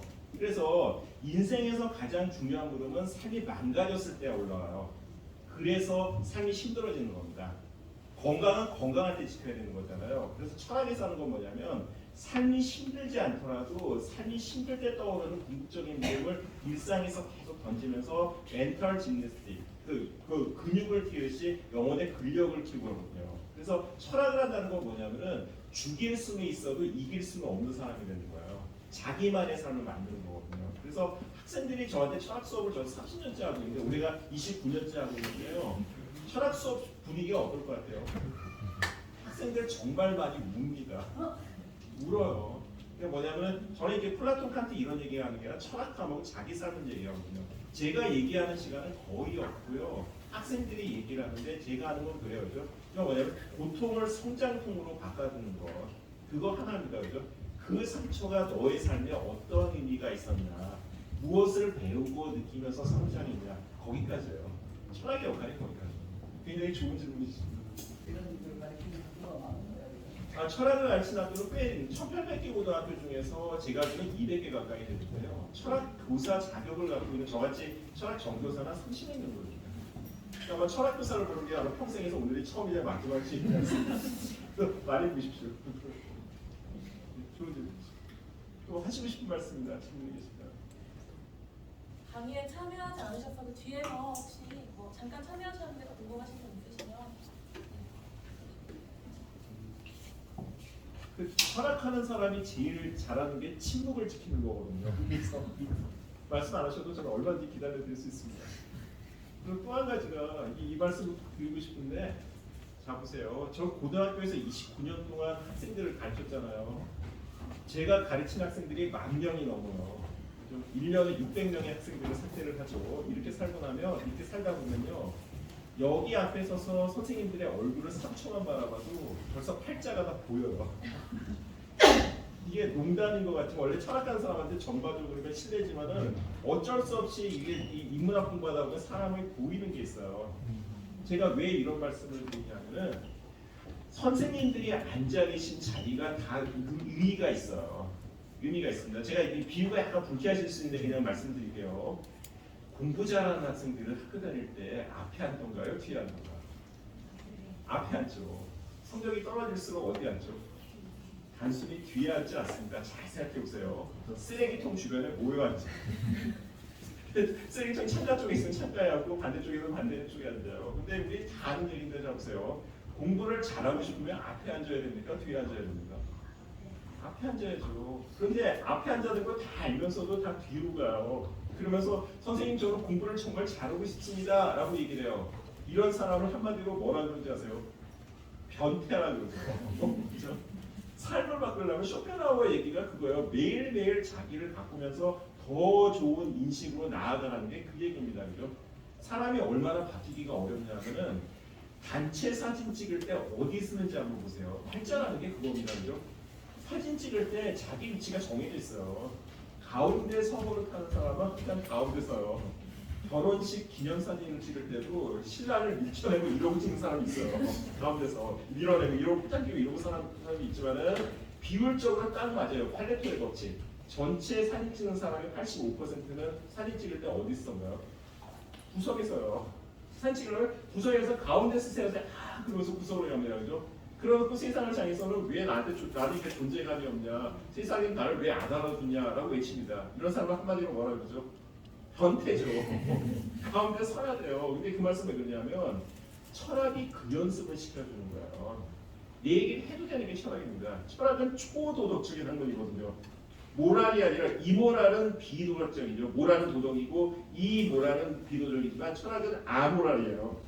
아모랄은 도덕을 뛰어넘는다는 겁니다. 그래서 정답이 없어요. 그래서 무슨 얘기든지 다 하실 수가 있고 평상시에 품었던 생각이 있으면 이 철학 강의에서 다 하실 수가 있는데 기회를 드려도 말씀을 못 하시는 분이 저희 학교 다닐 때 윤리라고 들었는데 윤리하고 철학이 틀려요. 아예 다릅니다. 과목이 달라요. 저 철학을 고등학교 바뀌는 게 처음 들었어요. 예, 고맙습니다. 그 윤리에서 철학사를 가르치긴 하지만 이런 철학 학문을 윤리에서 다니지 않아요. 그건 도덕적인 걸 하는데 좋은 과목이긴 해요. 근데 결이 약간 다릅니다. 이렇게 말씀하실 수 있으면 돼요. 바로 앞에 앉아 있잖아요. 박수 한번 치십시오. 좋은 삶을 사는 수가 있는 거예요.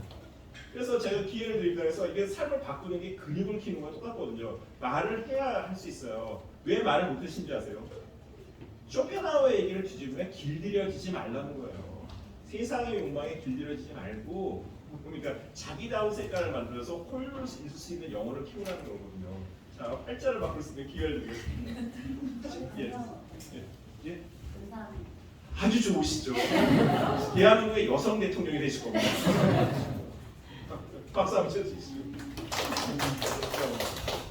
지금 고등학교에 윤리를 안 가르치고 철학만 가르치나요? 저는 철학 교사고 철학만 가르치고요. 요새 대부분의 선생님은 윤리 철학을 같이 가르쳐요. 그리고 윤리 선생님들은 철학 가르친다. 예.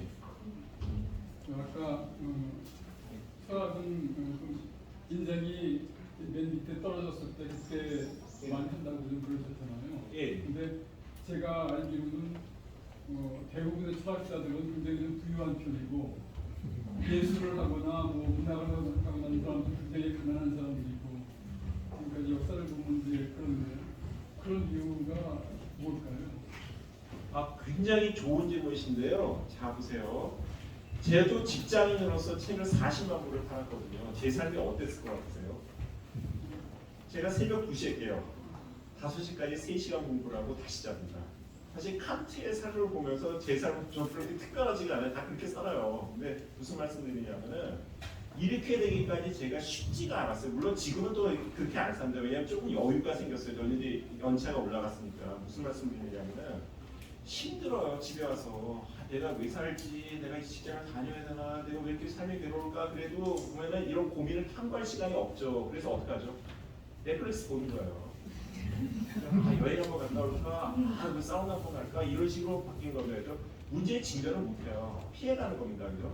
근데 단 여유가 스콜레라는 표현을 쓰는데 스콜레라는 표현은 여유가 있는 사람들은 어떠냐면은 삶의 문제에 직면했을 때 좀 정신적인 교양이 있는 사람들은 인생의 궁극적인 물음에 그야말로 파고들 수가 있죠. 그래서 전문적인 철학자들은 여가가 있는 사람들이 많아요. 그런데 쇼펜하우어가 얘기하는 건 뭐냐면 삶은 누구나 신상스럽고 괴로워요. 근데 우리가 해야 되는 건 뭐냐면 어렵다 그래서 철학적인 문제가 없는 건 아닙니다. 다 여기 철학자세요. 근데 그 문제에 대해서 어떻게 해서든지 여가를 만들어서 탐구할 수 있는 시간을 만들어야 이 삶에 올라가기 때문에 한 가지를 항상 생각하는 건 뭐냐면은 항상 스스로한테 계속 되물어줘야 되는 게 내 삶이 정신적으로 성장하고 있냐 그렇지 않냐 이게 굉장히 중요한 문제예요. 우리가 항상 묻는 거는 내가 부유해지고 있냐 아닌가 이걸 묻지만은 삶이 부유해진다 그래서 행복해지는 거하고 또 다른 차원이거든요. 결핍에서는 벗어나야 되지만은 어제도 풍족한 상황이 이상되면은 정신적으로 상승해야 되는데 여기에 대해서는 무릎을 던져야 된다는 겁니다. 그래서 부유한 사람들이 전문적인 철학이 되는 건 맞지만은 생활은 생활 속에서 이루어져야 된다는 거. 이 타오바제인이라는 철학 재단에서 100억이 넘는 돈을 투자해서 이 사업을 벌이는 이유가 바로 그것 때문이에요. 굉장히 좋은 질문이십니다. 박수 한번. 제가 질문드리는 그런 것보다도 고흐 예를 들어서 반고흐처럼 그렇게 정말 어렵게 산 사람이 철학적으로 많이 고민을 하고 해서 철학자가 되어야 되고 지금 쇼펜하우어처럼 부유하고 여유 있는 사람이 예술을 충분히 시간이 많으니까 그러니까 좋은 공부 같은 거 살 돈도 많고 여유도 많고 그 다음에 레슨도 받을 수 있고 그러니까 그런 사람들이 예술가가 되어야 되는데 오히려 세상은 그 반대인 거라서 이것에 왜 그럴까 잠시 의문을 가져봤습니다. 선생님의 질문이 우리 문명의 본질을 건드리고 있어요. 왜 그러냐면은 자 보십시오. 아브라함 메슬로우라는 심리학자가 있어요. 존재의 심리학을 책을 썼는데 자아 실현이라는 얘기가 뭔지 아세요? 자아 실현. 우리 맨날 쓰는 얘기잖아요. 자아 실현. 근데 자아 실현이라는 말을 처음 쓴 사람이 아브라함 메슬로우인데요. 메슬로우가 제일 어려워했던 게 자아 실현이라는 개념을 설명을 못했다는 겁니다. 그래서 책을 보면은 여러 욕구들을 설명하는데 자아 실현을 얘기할 때는 석가모니가 이랬습니다, 예수가 이랬습니다 하고 사례로 끝나요. 왜 그런지 아세요? 인류 역사상 단 한 번도 이렇게 보편적인 인류의 대부분이 자아 실현을 꿈꿀 정도로 물질적인 수준이 올라왔던 적이 없어요. 이해가 되세요, 그죠? 가만 보시면은 70년대, 80년대 훨씬 더 삶이 어려웠는데도 그때 떠올리면서 그때는 참 삶이 행복하고 좋았어 라고 떠오르는 분이 많습니다. 지금보다 오히려 야만적인 대한민국이었고 그 다음에 경제적인 수준도 낮았는데 그때를 행복하게 떠오르고 지금이 오히려 헛헛하게 생각을 해요. 왜 그럴까요? 결핍이 괴롭히거나 권태가 괴롭히거나 아까 쇼펜하우어가 권태가 됐을 때 우리가 경제적인 수준이 올라왔을 때 할 일이 없어서 생기는 고민이 생긴 거예요. 선생님이 말씀하신 바로 그 부분입니다. 여기서 이제 새로운 길을 찾아 나가야 되는데 인류 역사상 한 번도 인류 보편인 대중이 이 길을 찾아서 간 적이 없는 거예요. 그러니까 아주 권태적인 발상하는 게 뭐냐면은 제가 얼마 전에 했던 기업 강의에서 이 얘기를 했어요. 근데 거기서는 그 엔지니어들이 약간 벙친 표정을 짓더라고요. 한 번도 생각을 못 해봤던 거예요. 그죠? AI가 인간의 일자리를 빼앗는데요. 그게 문제가 됩니까? 안 됩니까? 그것 때문에 저를 부른 거예요. AI가 일자리를 빼앗는데 어떻게 했으면 좋겠습니까? 철학을 하는 제 입장에서 그게 왜가 문제가 되는지 모르겠어요. AI가 일을 대신 해준대요. 그거 좋은 거 아니에요? 그죠? 그게 뭐가 문제인데요? 나 대신 일해준대. 나 대신 수업해줄래? 고마워. 그래서 좋잖아요. 그죠? 나는 책 보면 되는데. AI인데 근데 한번 보세요. 이거 선생님 뭐 먹고 살아요? 그걸 왜 걱정을 해요? 근데 보세요. 알파고가 이세돌을 이긴 지 벌써 10년 가까이 됐는데 바둑 안 없어졌어요. 사람들이 AI가 두는 바둑을 좋아하지 않습니다. 사람이 하는 걸 좋아해요. 그죠? 기계가 모든 걸 다 해줄 수 있어도 결국은 내 삶은 내가 사는 거예요. 이정우가 아무리 야구를 잘해도 야구 로봇이 하는 게 아니라 사람이 하는 야구를 해요. 그죠? 여기 강의를 내가 와서 듣지 기계가 와서 들을 수는 없는 거잖아요. 그죠? 향후하는 내 삶은 사라지지 않는 거예요. 그러면 앞으로의 세계는 뭐냐, 경쟁력은 뭐냐면 시장은 내 삶으로 살아있는 거예요. 그걸 뭘까? 새로운 시장은 어디 있을까요? 문화를 창조하고 보다 고귀한 그 상황으로 올라가야 되는데 인간이 고착되어 있기 때문에 한 번도 이 정신 문명의 탈출 정도로 삶의 수준이 올라가지 않기 때문에 이 위의 세계를 못 보고 있는 거예요. 이걸 깰 수 있는 뭔가 초인이 나오겠죠. 그게 아마 다음 시간에 니체를 설명하면서 들려줄 것 같은데 한번 생각해보면 선생님의 얘기가 지금 문명의 본질을 만드는 굉장히 중요한 일입니다. 그럼 박수 한번 쳐드리시죠. 공산주의에서 철학을 어떻게 가르쳐요? 공산주의를 잘못 가르쳤죠. 이게 무슨 얘기냐면은 이런 게 있어요. 해겔이 얘기하는 건 이거예요. 자 보십시오. 산을 걸어가는데 정상을 딱 보고 저기까지 갈 거야 이렇게 가는 방법도 있지만 되게 보면은 어떻게 가다가 정상으로 가는 경우가 있어요. 찰스 다윈의 얘기인데요. 다윈은 진화론을 얘기한 적이 없습니다. 진화라는 얘기를 하면 다윈은 화를 냈어요. 그 사람의 유명한 얘기가 있습니다. 그죠? 뭐라 그러냐면 자연은 적응이 있을 뿐이지 목적이 없습니다라고 얘기해요. 우리가 이렇게 인간으로 된 게 이렇게 진화해서 여기까지 온다고 다윈이 얘기한 적이 없어요. 살아남기 위해서 생존 경쟁을 하다 보니까 여기까지 온 거거든요. 공산사회로 가는 건 맞아요. 우리가 보면 이거 아무 생각해 보시고 이거 정치적인 발언이 아닙니다. 10년 전에 보수가 얘기했던 게 10년 전에 진보가 얘기했던 게 지금 보수가 얘기하는 거랑 비슷해요. 그렇죠? 좀 만약에 평등적으로 가고 모든 사람이 평등하게 자유와 이런 걸 누리는 쪽으로 나아가는 게 맞거든요. 사회는 전부 다 이게 복지도 늘어나잖아요. 그죠? 자연스럽게 가는 건 맞지만 공산사회에서는 어떠냐면은 이게 법칙이 될 수 없는 걸 법칙으로 했기 때문에 문제가 되는 거예요. 철학의 정신은 뭐냐면요. 제 말씀드린데 독창성, 상상력, 다르게 생각하는 용기입니다.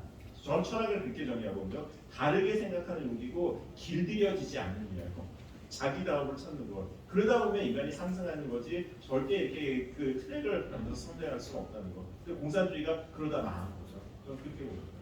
굉장히 멋진 질문이었어요. 네, 재밌는 강의해 주시고 중간중간 쉬어볼 수 있는 좋은 말씀 해주셔서 감사합니다. 질문 드리고 싶은 거는요, 되게 고독을 즐길 수 있는 사람이라고 생각하는데 외로움도 않다고 그러면 평생 동안 친구가 없이 살 수 있는가? 여기에 대한 불안감이 있어요. 왜냐면 저는 해외 생활도 좀 오래 했었고 그래서 지금 가정 이루고 잘 살고는 있는데 거의 한 20여 년만 친구와의 그런 관계 있고 그런 인간 관계 없이 가족들끼리만 살아온 그런 상황이거든요. 그래서 앞으로도 친구가 없이도 제 마음이 이렇게 앞으로도 문제 없이 살아갈 수 있을까에 대한 그런 질문이 있습니다. 굉장히 멋진 질문입니다. 제가 요새 학생들한테 가장 많이 받는 질문은 일단 BTS 같은 거 있어요. 내가 RM하고 닮으셨는데 한류 K 이남이신데요. 저기 학생들이 무슨 고민을 하냐면 똑같은 고민을 해요. 꼭 친구가 있어야 돼요. 요새 애들은 대놓고 물어봅니다. 제가 이제 실제로 경험했던 건데 제가 이거 좀 신원이 드러날까봐 제가 두세 명 얘기 섞을게요. 찍고 있어서 애가 목욕을 안 해요. 그래가지고 애들이 항의를 엄청 했어요. 너 좀 시쳐 그랬더니 울어요. 근데 학교를 안 나왔어요. 모르면 안 나오니까 3학년 다니면 황당하잖아요. 걔를 불러서 얘 나와라 그래야 그랬더니 우리 반 애들이 말리는 거예요. 선생님 이제 집에 있는 게 낫습니다. 그래서 처음에 애들이 이기적이라서 보냈는데 그게 아니라 뭐라 그러냐면 선생님 그냥 학교에서만 저런 모습을 보일 뿐이지 인터넷 세계에서는 세계적인 스타예요 그러는 거예요. 제가 리니지라고 얘기 못하니까 R게임이라고 얘기할게요. 거기서는 진짜 이렇게 닉네임만 되면 다 아는 애라는 거예요. 그리고 이게 진짜인지 모르겠지만 당시에 한 15년 전 이렇게 이런 얘기 시절인데도 아마 그때 당시에 걔가 한 달에 보는 거니 돈천이 넘었대요. 그러면 걔는 세상에 와서 친구가 있는 게 나을까요? 그 속에 있는 게 나을까요? 이거 애들한테 현실적인 문제인데 그런 애들 되게 많거든요. 선생님이 봤을 때 얘가 친구가 없는데 인터넷 속에서는 친구 되게 많아요. 거기서 존재감이 있어요. 그죠? 근데 얘는 친구가 있는 거냐 없는 거냐 이게 첫 번째 물음입니다. 그죠? 근데 두 번째는 뭐냐면은 분명히 이건 있어요. 인간의 어떤 그 관계라는 본질이라는 건 기본적으로 사회 속에 있기 때문에 혼자만 있다 보면 어떻게 되냐면은 자기가 튜닝을 못해요. 그러니까 계속해서 어느 한쪽으로 가면 조금씩 이상해지거든요. 그래서 건강한 삶의 삶이라는 건 이 관계를 갖고 와야 되는 건데 선생님께서 고민하시는 게 사실 인생의 가장 궁극적인 고민입니다. 이게 무슨 얘기냐면은 내가 그 삶을 살면서 내가 점점 좋은 사람으로 거듭나고 있는지 그렇지 않은지 여기에 대한 거거든요. 그래서 지금 유행이 약간 지나갔지만 그 쇼펜하우어 전에 유행했던 철학자 기억나세요? 심리학자이기도 하고 철학자이기도 합니다.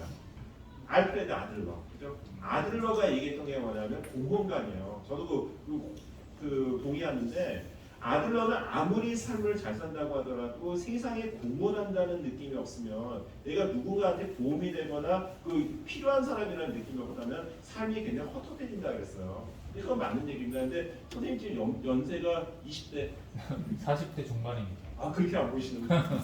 저렇게 외모를 잘 관리하시거든요. 근데 이제 40대가 이렇게 중년의 위기 시기거든요. 그래서 그 고민이 떠오르실 때문에 그래서 답은 없는데 공부나 일만큼이나 그 관계를 가꾸는 노력도 꾸준히 하셔야 될 것 같아요. 근데 저도 철학자이기 때문에 답은 없습니다. 이제 좋은 질문이세요. 박수 주시죠. 감사합니다.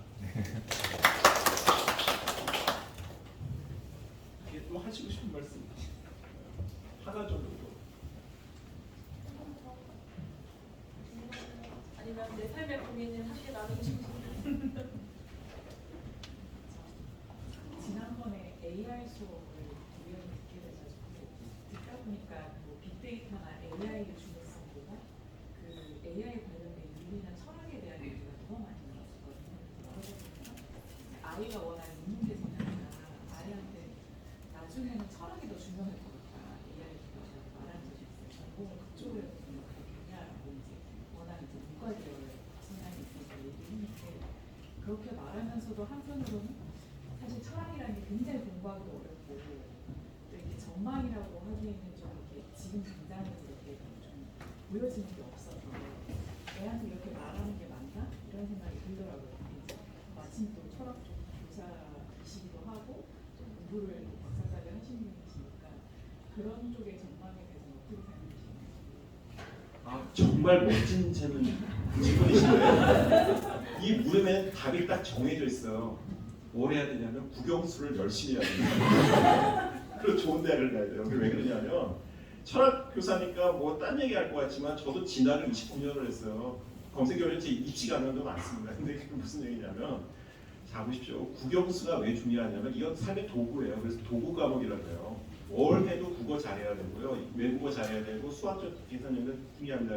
이거 해야 되고요. 그리고 철학이라는 건 어떤 특징이 있냐면은 문사철이라고 그러잖아요. 문학, 역사, 철학을 문학의 선축이라고 그러는데 공부하는 틀도 그렇습니다. 저는 고등학생들한테 철학 강의를 하지만은 철학책을 읽히지는 않아요. 왜 그런지 아세요? 문학책 100권 보고 시 100편 외우는 게 훨씬 낫습니다. 감성이 키우면 감성이 달아나면 사람에 대한 문제의식을 키우고 문학 작품을 많이 보면 사람을 이해하게 돼요. 그 다음에 나오는 게 역사적인 관심이고 역사적인 관심 이후에 삶의 경험이 쌓인 다음에야 비로소 철학적인 느낌이 떠오르는데요. 철학은 중년의 학문이에요. 40 이후에 떠오릅니다. 그죠? 생각해보세요. 공자의 논어를 시대인한테 보는 거는 잔소리예요. 못 읽습니다. 그죠? 생각해보세요. 그런데 40 이후에 부부싸움 이후에 공자님 말씀을 읽잖아요. 눈물이 나요. 유도를 대하고 얘로 다 쓰면 되는데 내가 왜 그랬을까? 그래서 눈물이 그러잖아요. 그런 거예요. 그죠? 그래서 철학에 대한 관심이 있다면 문제의식을 갖고 있다 때만 일단은 국영수를 열심히 하도록 그게 가장 중요하다고 저는 싶죠. 모의고사 잘 보라고 좀 네, 그렇습니다. 그리고 혹시 더 궁금하신 게 있으면 여기 저기 제 이메일도 있고 요새 이메일보다 인스타를 쓰시는 분들도 많아가지고 인스타 주소를 해놨습니다. 그래서 많이 팔로우해 주시고 좋아요 눌러주시고 제 강의 여기까지입니다. 고맙습니다.